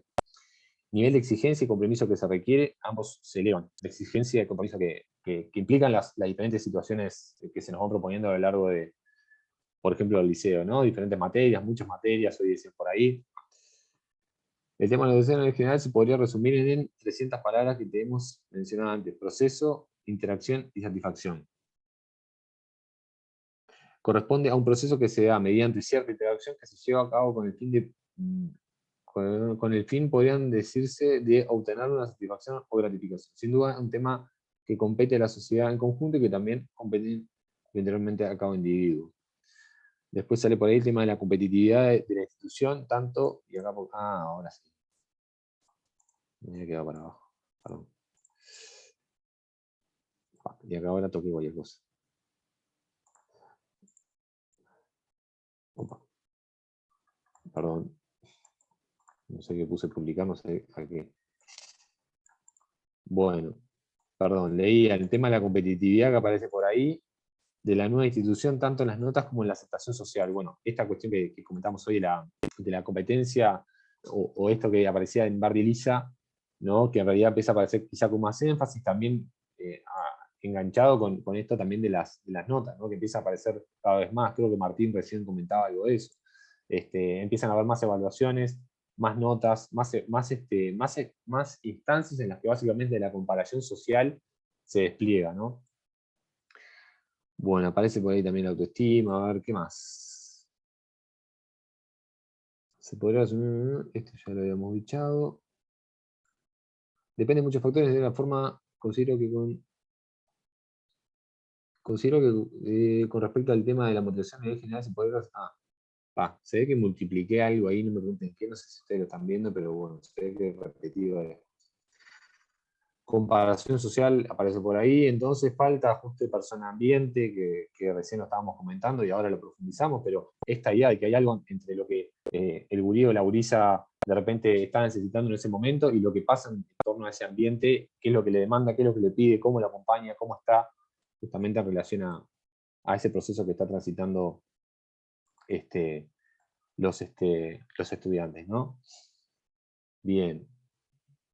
A ver, ¿qué más? La capacidad de autogestión, los cambios en los métodos de evaluación secundarias se influyen mucho. Se nota énfasis en las notas, en ese número final del curso, en los escritos parciales. Bueno, entonces ahí volvemos a esta idea, ¿no? De cómo juegan las notas en el impacto de estos cambios motivacionales que venimos comentando. Bueno, el cambio de subjetividad en el contexto histórico y epistémico, donde la verdad ha caído, se posiciona con mayor fuerza, la opinión parecería que ya no tiene sentido la búsqueda de conocimiento, sino la búsqueda de pasaje que habilita la inserción al trabajo. Bueno, a mí me pareció, o me sonó, Corea por ahí, ¿no? Esto de cómo en realidad la opinión, la fuerza de la opinión y el sentido. Bien. Capaz que entonces vamos a ir retomando varias de estas. Comparte también de lo que la investigación ha venido mostrando en realidad sobre esto, que van a ver, no es para nada lejano a lo que vienen planteando. Por suerte, ¿no? Porque, bueno, si la investigación a veces se desprendiera tanto de las cosas que pasan, a veces se complicaría un poco, ¿no? En esa disociación. Bueno, esto parecía por ahí. Es curioso, ¿no? Los gurises pasamos al liceo, y en el liceo el ambiente potencialmente se vuelve más informal, más personal, perdón, y más formal a medida que se avanza, ¿no? A lo largo del sistema educativo y en particular de primaria y secundaria. Hoy decían por ahí, pasamos de tener una maestra, creo que Brian lo comentaba, pasamos a tener una maestra donde hay un vínculo mucho más directo y mucho más informal, si se quiere también, por la confianza incluso que se generaba, por todo el tiempo que pasamos con ese docente o esa docente, y de repente nos encontramos en un contexto que de nuevo aparecen 11, 12 docentes, tenemos una escrita referente que muchas veces no solamente tiene un grupo, sino que tiene muchísimos grupos. Ayer lo comentaban los compañeros en un liceo de los que trabajamos, y seguro muchos de los liceos que ustedes hayan ido, no hay un grupo de primero, no hay un grupo de segundo. en el liceo que estaba ayer eran 11 grupos de primero. O sea, bueno, ¿qué pasa entonces ahí en esa relación entre el estudiante, el adolescente y el adulto referente, que también es un adulto que intenta estar disponible también, pero que justamente en ese contexto de tantos grupos y tantos estudiantes es difícil de generar esa cercanía y ese vínculo, ¿no? De nuevo, esto vale la aclaración, siempre en esto de generalidades en investigación, de nuevo, esto por supuesto que después tiene singularidades y experiencias que van en otros sentidos. El foco sobre los resultados de aprendizaje individual y en particular evaluado sobre aprendizaje, basado en calificaciones, ¿no? Esto de quizá no es la evaluación de un proceso, por ejemplo, de aprendizaje o incluso centrado sobre el aprendizaje en sí mismo, sino que es el foco en la calificación. Tenemos escrito, tenemos parciales, y eso es lo que va a determinar obviamente, la aprobación, ¿no? de esa materia, y el foco, más que el hecho en sí, es el foco, la relevancia que tiene el tema de las notas, las calificaciones en el contexto liceal, es como muy importante. Igual, lo podemos pensar, esto es algo que se da a lo largo de todo el sistema educativo, ¿no? Es algo que incluso está presente hasta en la educación inicial, hablábamos ayer. Quizá muchos de nosotros, por ejemplo, en las actividades de educación inicial nos corregían, por ejemplo, con caritas o con colores. Bueno, la evaluación está presente a lo largo de todo el sistema educativo. Solo que acá toma una fuerza particular que, como decíamos, tiene un impacto entonces en los procesos motivacionales. Y acá aparece Eccles y Midgley con esta frase que traía hoy María Cruz, que parece que la sacó de la diapositiva, que era la cuestión del ajuste persona-ambiente, ¿no? En un contexto en el que los adolescentes requieren de mayor autonomía y a la vez mayor soporte y sostén, es en un contexto en el que también se le exigen y se genera un control más profundo, ¿no? Es decir, vinculado a lo que son las notas por un lado, pero también, por ejemplo, los sistemas vinculados a la regulación de los vínculos, si se quiere llamar de alguna manera, ¿no? Observaciones, suspensiones, en fin. Como también toda una impronta institucional y normativa que es muy diferente al contexto escolar, ¿verdad? El énfasis en la comparación social lo trajeron ustedes muy claramente, ¿sí? Que es justamente eso. Básicamente, las notas nos permiten esta cuestión mucho más directa de la comparación, por ejemplo, del desempeño académico individual. No sé, yo hablo ya y parece que hace 50 años que cursé el liceo, ¿no? Pero bueno, hace 10, 15 años cuando estaba en el liceo, se generaba esa cosa de, nos daban el escrito con una nota, y esa nota, cuando yo presentaba en el banco, tenía 2 o 3 compañeros en la vuelta que ya estamos mirando la nota que cada uno se sacaba, ¿no? Entonces, esta cuestión del énfasis en la nota y la comparación que se empieza a generar en torno a eso, por más que nos guste o no nos guste comparar y competir, se aparece con más fuerza en el contexto liceal. Así que, como decíamos, muchas de las cosas que ustedes ya fueron planteando es justamente, o han sido justamente, lo que ha mostrado parte de la investigación vinculada a esta área, ¿no? Bien, volviendo a los énfasis entonces en estos cambios que se van dando en el cambio del escenario escolar al liceal, en el capítulo que ustedes tienen disponible de Harter 2001, va a plantear en particular, va específicamente a focalizarse sobre esta relación entre la competencia académica percibida y la motivación. ¿Qué es lo que va a decir Harter o qué fue lo que encontraron ahí? Primero, ¿qué es lo que va a decir? ¿Qué es esto? ¿No? Es esta imagen la que va a plantear Harter, es cuando yo entro a un nuevo sistema educativo, digamos, es decir, paso de educación primaria a secundaria, pero también lo podemos pensar en inicial a primaria, y de bachillerato a estudios terciarios o estudios terciarios universitarios, es que se puede dar una reevaluación de la competencia académica percibida. ¿Qué significa? A ver, estamos en un nuevo contexto que, como decíamos, bueno, en particular en el liceo, hay mayor énfasis en las calificaciones, hay mayor competencia en esta cuestión de comparación académica, mayor control por parte de los docentes en esta clave de más notas, mecanismo de control normativo, en fin. El interés personal de repente empieza a quedar un poquito más relegado por las demandas propias del sistema, y también esto que hoy traían ustedes del orden de lo social, ¿no? Un nuevo grupo de referencia social nos puede pasar, o bueno, esto que hablamos, la diversidad también de docentes que aparecen en el liceo, ¿no? Entonces lo que va a decir es, bueno, todo esto, ¿sí?, nos va a llevar a reevaluar nuestra competencia académica percibida, y esa reevaluación puede derivar en muchas cosas, puede derivar en un cambio, también en la orientación motivacional, o no, y eso ahora es parte de lo que vamos a mostrar en la investigación que ha hecho, ¿no? Yo ayer ponía un ejemplo personal vinculado al tema de las matemáticas, que era, yo en educación primaria, mi competencia académica percibida era muy mala, yo dominaba muy mal las matemáticas, pésimo realmente, y cuando pasé al liceo, bueno, se da esa reevaluación de, che, ¿qué onda yo con las matemáticas? Antes me iba mal y ahora, ¿qué pasa? Bueno, en mi caso, en esta cuestión del dominio, seguí sin dominar, por ejemplo, las actividades vinculadas a las matemáticas, cosa que arrastré durante un buen tiempo, y en esta clave lo que plantea Harter, en esa reevaluación, lo que se dio es, no hubo un cambio, ¿sí? Y lo que va a plantear, que es en esta gráfica justamente lo que aparece, es, pasamos entonces a un nuevo ciclo, puede pasar que mi competencia académica percibida aumente, permanezca igual o disminuya, ¿sí? En este ejemplo concreto autorreferencial que acabo de hacer, se mantuvo. Pero de nuevo, quizá ese nuevo escenario, dentro del ámbito educativo nuevo, genera otras posibilidades también de dominio y de manejo en esas temáticas. ¿Sí? Imagínense, ayer decían algo que estaba bien interesante para pensar, y ahora vamos, Andrés, que tenés ahí la mano levantada. Pero decía, capaz que en este contexto que vos tenés profes especializados en la temática, y capaz que tenés más enganche y te permite como pensar otras cosas o dominar las actividades de otra manera por cómo enseñan. Y eso que genere, por ejemplo, un cambio en un sentido de una mayor competencia académica percibida. Andrés, dale. Sí, me quedé pensando cómo, de cierta manera, ciertos entornos, ¿no?, pueden mejorar nuestra relación, por ejemplo, con tu caso con la matemática, ¿no? O también puede como, de cierta manera, como influir para mal, ¿no? Entonces es como que se me viene a la cabeza esto también, ¿no? De más allá de nuestra motivación intrínseca, ¿no?, nuestras ganas de aprender y de adquirir el conocimiento, también cómo el entorno juega un rol también un poco, que a veces tiene más peso del que debería tener. Eso nomás.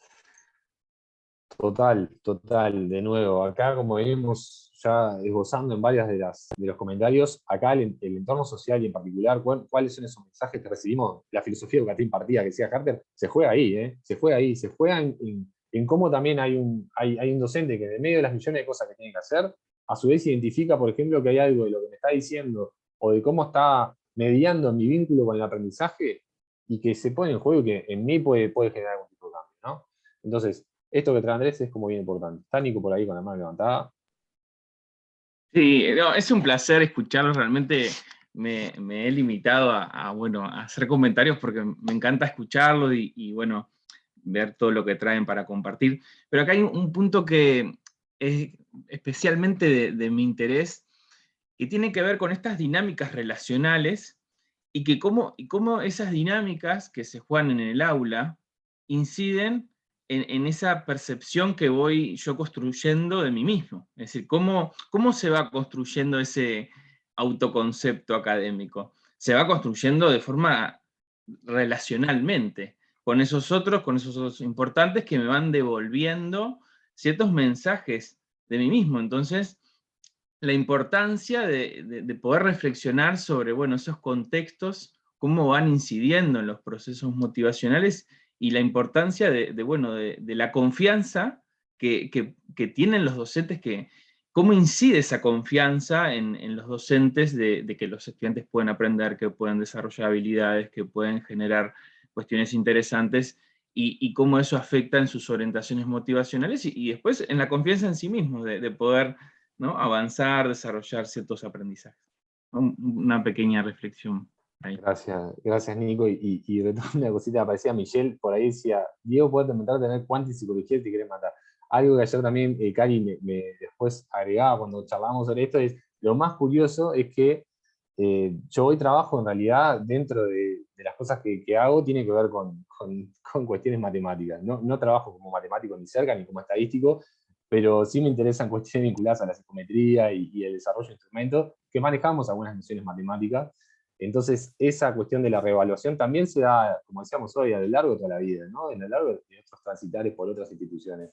Detestaba leer en inglés y detestaba también en inglés, y hoy vivo leyendo cosas en inglés, en fin, la vida.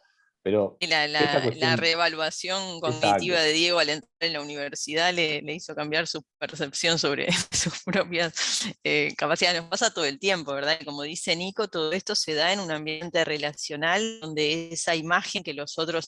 En el propio capítulo de Harter ustedes tienen... Hay como una parte, digamos, del texto de Harter que nosotros no profundizamos en esta clase porque nos enfocamos en esto, pero está toda la otra parte asociada a la adolescencia y esa cuestión también como de espejo, de qué mirada sobre nosotros mismos nos devuelven los otros relevantes, ¿no? Sean docentes, sean maestros, sean nuestra propia familia, y como eso también es parte de este proceso de construcción de, podríamos llamarle, de un autoconcepto académico o de una competencia académica percibida o de una autoeficacia académica. Son como tres constructos que a nivel motivacional utilizamos, que son cercanos, no son idénticos, tienen sus pequeños matices teóricos, pero que básicamente nos están hablando de algo que es muy relevante y que tiene que ver con esto de con nuestra propia autoimagen vinculada al contexto académico, de que nos sentimos capaces. Y ahí, capaz que pensando también en esto de que nos quedan unos 15 minutos, vamos a avanzar un poquito hacia algunos aspectos. Toda esta diapo es un poco una síntesis, se las dejamos más bien para que después cuando relean tengan una síntesis de lo que ya Diego les explicó con claridad. Este artículo de Harter y Jackson a nosotros nos gusta mucho, también a quienes les interesen los temas motivacionales lo recomendamos porque es un artículo que no tiene realmente desperdicio. Muchas cosas pasan en ese artículo, pero si ustedes ven el título justamente ronda sobre esta cuestión tan importante de cómo conceptualizamos la motivación intrínseca y extrínseca, si como rasgo o si es un rasgo o no es un rasgo, ¿sí? Entonces se intenta responder esa pregunta y la respuesta es básicamente depende. Y para intentar responder esa pregunta hacen un diseño metodológico súper interesante, que supone poder evaluar la motivación de niños y niñas y de adolescentes en contextos de distintas materias. Y en particular, modifican la escala agregando algo que Harter ya veía necesario, y es que para algunos niños y niñas o adolescentes, a la hora de responder cada uno de estos ítems, les costaba situarse en el polo intrínseco o extrínseco, porque de algún modo los dos lados los reflejaban. Es decir, me parezco sí a los niños o niñas que les gusta el trabajo difícil, pero también me gusta el trabajo sencillo, porque depende, ¿verdad? ¿Y de qué depende? Bueno, depende de la tarea en la que estoy abocado, depende de la materia, capaz que, no sé, capaz que en matemática no me gusta el trabajo difícil, pero capaz que en ciencias sociales sí, ¿no? Entonces esas personas que encuentran una dificultad para situarse en un polo, tienen la opción de marcar que los dos lados son verdaderos. ¿Y qué encuentran? Bueno, encuentran que la mitad de los adolescentes, en este caso de secundaria, que completan la escala, se sitúan justamente en ese lugar de las dos cosas, son un poco ciertas, no es tan intrínseco ni tan extrínseco. Y ese 50% es interesante porque nos hace pensar que justamente esto de los dos polos no refleja totalmente la realidad de lo que sucede en el aula, porque a veces queremos aprender, pero al mismo tiempo queremos sacar una buena nota. ¿Sí? Queremos las dos cosas, y poder marcarlo en la escala es algo que aporta eso. Después, el contexto de las distintas materias lo estudiaron la motivación en el contexto de lenguaje, ciencias, estudios sociales y matemática, ¿sí? Aplicando la escala de Harter modificada, que permitía marcar también ambas opciones son verdaderas para mí. Y esta gráfica muestra algo interesante, y es que hay una pregunta ahí. Bien, quedó planteada una cuestión ahí en el chat que al final no la respondimos, es verdad. que tiene que ver con que si esto del ajuste persona-ambiente tenía algo que ver con lo que plantea Piaget en relación a los procesos de acomodación y de asimilación, ¿sí? Las dos invariantes funcionales piagetianas que de algún modo dan cuenta de cómo las estructuras cognitivas progresan y se construyen y avanzan, pero no, estos conceptos piagetianos dan cuenta de que los organismos biológicos se valen de procesos de asimilación y acomodación para adaptarse al ambiente, y que eso también puede pensarse en el funcionamiento cognitivo, ¿sí? Como formas en las que organizamos lo real. En realidad no tiene que ver con la cuestión piagetiana, porque esto de la adaptación persona-ambiente no hace a los mecanismos cognitivos de adaptación, digamos, cognitiva, sino que hacen justamente estos procesos sociales, donde lo psicológico y lo social están altamente vinculados, ¿no? O sea, ¿qué necesito psicológicamente? ¿Qué recibo del ambiente? ¿Sí? Entonces hay un componente más sociocognitivo que no está presente en la perspectiva piagetiana. ¿Sí? Justo estaba respondiendo por el chat, así que Cari ahí lo respondió mucho mejor de lo que lo podría haber hecho yo, así que excelente. Bien, entonces ahí quedan reflejados lo que queríamos ahora discutir con ustedes en esta gráfica, que son estos resultados, ¿no? A ver, ¿qué nos muestran? Nos muestran que hay distintos patrones, ¿sí? Que hay un conjunto de resultados que evidencian, por ejemplo, un patrón C, y es que no importa, en definitiva, de qué área de contenido se trate, sea lenguaje, sea ciencia, sea estudios sociales, en realidad la motivación intrínseca permanece muy estable. Ese es el patrón C, una gran estabilidad de la motivación intrínseca. Hay una contracara, que es el patrón D, de estudiantes que siempre están extrínsecamente motivados, no importa la materia. ¿Sí? También es un patrón también muy estable. Luego hay una estabilidad en el patrón B, que siempre están motivados intrínseca y extrínsecamente, es decir, que las dos cosas coexisten en todas las materias, pero lo que es muy llamativo es el patrón A. ¿Sí? Ese patrón A muestra una gran variabilidad. Entonces tenemos estudiantes que en lenguaje están motivados intrínsecamente, pero extrínsecamente en ciencias, intrínsecamente en estudios sociales y extrínsecamente en matemática. Y ahí, en ese caso, la motivación muestra ser altamente contextual, ¿sí? Muy permeable, muy sensible al contexto de las distintas asignaturas, ¿no? Entonces, a la hora de responder, bueno, pero la motivación ¿es un rasgo o no es un rasgo? Bueno, lo que va a plantear Harter y Jackson es, en algunos casos se parece bastante al rasgo, en tanto que hay mucha estabilidad, por ejemplo en el patrón C y en el patrón D, o en el B incluso.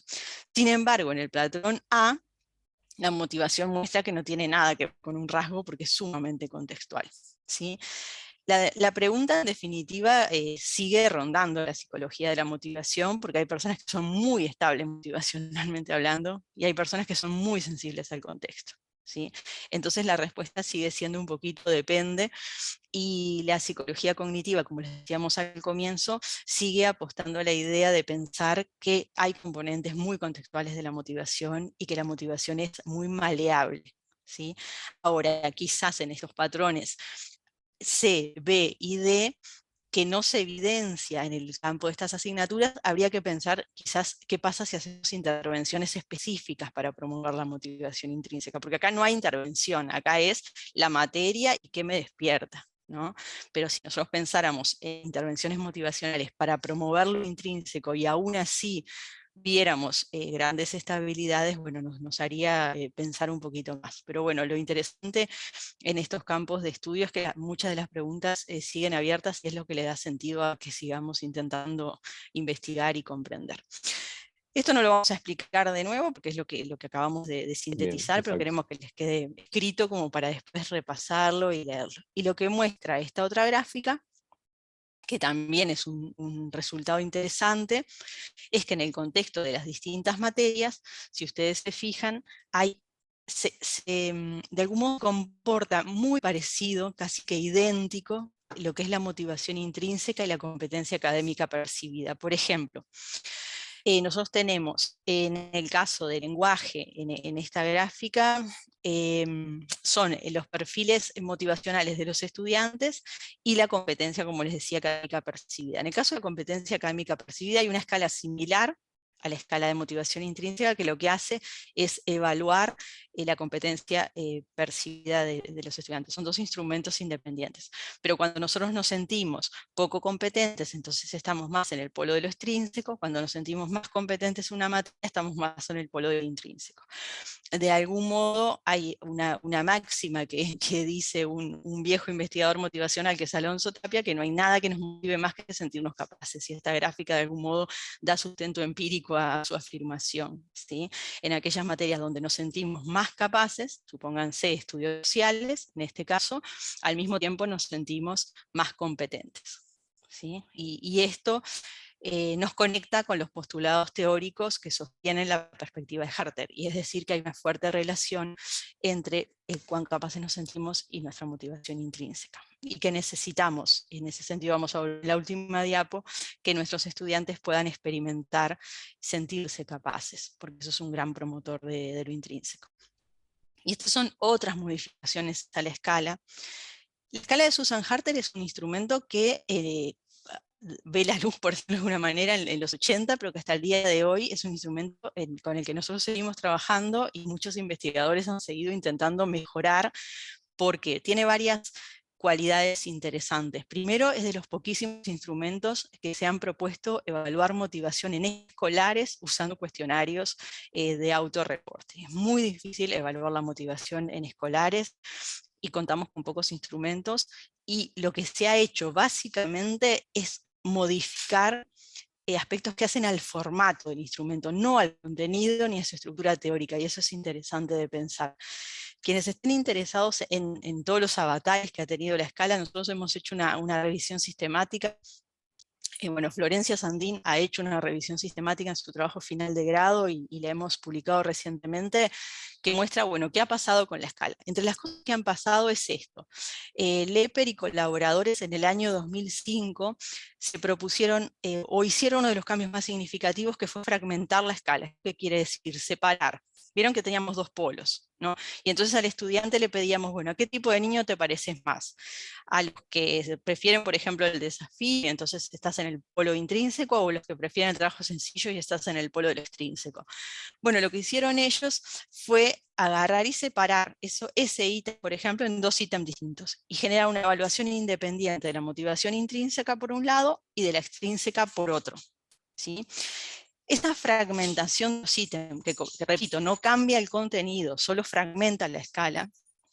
Una de las cosas más interesantes es que nos permitió por primera vez responder una pregunta que la psicología de la motivación se venía haciendo desde que Harter comenzó a trabajar en los 80. Pero ¿qué pasa en realidad? ¿Disminuye la motivación intrínseca o aumenta la extrínseca? ¿Sí? ¿Qué es lo que sucede? ¿Cómo se comportan? Y el poder fragmentarlo y tener una evaluación independiente de la motivación intrínseca y la extrínseca, que no lo permitía la escala original de Harter, le permitió a Lepper y sus colaboradores dar evidencia de que efectivamente la motivación intrínseca disminuye, ¿tá? A medida que se avanza en la escolarización. En el caso de la motivación extrínseca, se mantiene bastante estable. No podríamos decir que hay un aumento de la motivación extrínseca a medida que avanzamos en la escolaridad, ¿sí? Y este es un dato empírico muy relevante para comprender qué es lo que realmente está pasando. Y después de esto, a ver qué más les queríamos compartir. Ahí va, y después lo que les queremos compartir en estos minutitos es que les cuente un poquito lo que ha sido la experiencia de adaptar este instrumento a nuestro contexto. En realidad es muy breve. Creo que esto que traía Cari recién, creo que es una de las cosas que para nosotros en este proceso es quizá lo más significativo, ¿no? A estas diferentes variantes que han habido con la escala motivacional, y que creemos, y si ustedes han estado ahora siguiendo el intercambio que hemos tenido a lo largo de todo el encuentro de hoy, dan cuenta que es la complejidad del fenómeno motivacional, y a la vez lo difícil que es de poder justamente como tomar esa experiencia, o por lo menos desde una perspectiva cuantitativa, ¿no? A nivel cualitativo, esto podríamos generar algunas aproximaciones, pero de nuevo, en términos de evaluación cuantitativa o de grandes números, es tremendamente desafiante. Simplemente comentar de esto, que nosotros hace casi ya 10 años, que en realidad nos metimos en este viaje de, bueno, querer generar una versión validada para la población montevideana, que desde hace ya un tiempito quedó disponible y que formó parte en realidad de una investigación que hicimos en conjunto con Cari durante varios años y que hoy está disponible, pero que de nuevo requiere de mucho más trabajo y siempre que podemos hacemos y extendemos la invitación a tomar algo de esto para poder seguir profundizando y mejorando mejores procesos, en realidad generando mejores procesos en realidad de valoración y de relevamiento de la motivación y cómo esto juega en los aprendizajes. Así que es contarles en realidad, pero más que nada es una invitación a quienes están interesados en algo de esto, bueno, poder seguir profundizando, ya sea en TFG o en un proyecto de investigación, en lo que sea. Nada, estamos totalmente abiertos a eso, básicamente a poder seguir pensando juntos. Ahí va, yo solo como algunas palabras más, porque en realidad Diego suele ser muy humilde y al presentar la validación de la escala eso sucede. En realidad el proceso de validación de la escala de Harter en cualquier país del mundo, cuando validamos instrumentos de estas características, el trabajo se sostiene en grandes equipos de investigación con grandes financiamientos. La escala de Harter se validó con un proyecto de iniciación a la investigación de Diego, y Diego pedaleó por las escuelas montevideanas y recogió los datos y con otras compañeras estudiantes de la facultad que ya son colegas, hicieron el esfuerzo grande de permitir que hoy Uruguay cuente con un instrumento validado para población escolar montevideana, y en realidad previo a esto solo teníamos una validación mexicana que era de una calidad muy mala. Nosotros lo usamos en un proyecto de investigación hace muchos años, y en este proyecto surgió la necesidad de que Uruguay contara con un instrumento validado para sus escolares.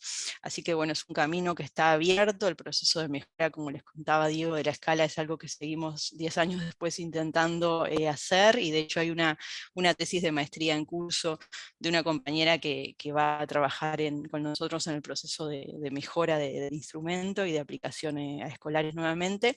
Y entonces hay líneas en las que queremos seguir pensando, siempre insistiendo en que la motivación es algo complejo, es un proceso psicológico complejo, siempre insistiendo en su carácter contextual, en la importancia del apoyo interpersonal para pensar la motivación intrínseca, y en la importancia de espacios que promuevan también la autonomía de nuestros estudiantes, que brinden oportunidades efectivas de experimentar el sentirse capaces en el ámbito académico, porque sabemos que esa satisfacción inherente es una fuente importante de nuestra motivación intrínseca, y también porque nuestra motivación intrínseca tiene que ver con algo que nos convoca como profesionales de la psicología, que es la salud mental, digamos. La motivación intrínseca se asocia con el bienestar psicológico, y la motivación extrínseca se asocia con componentes, como hoy mencionábamos, de ansiedad, de estrés, ¿sí? Así como la desmotivación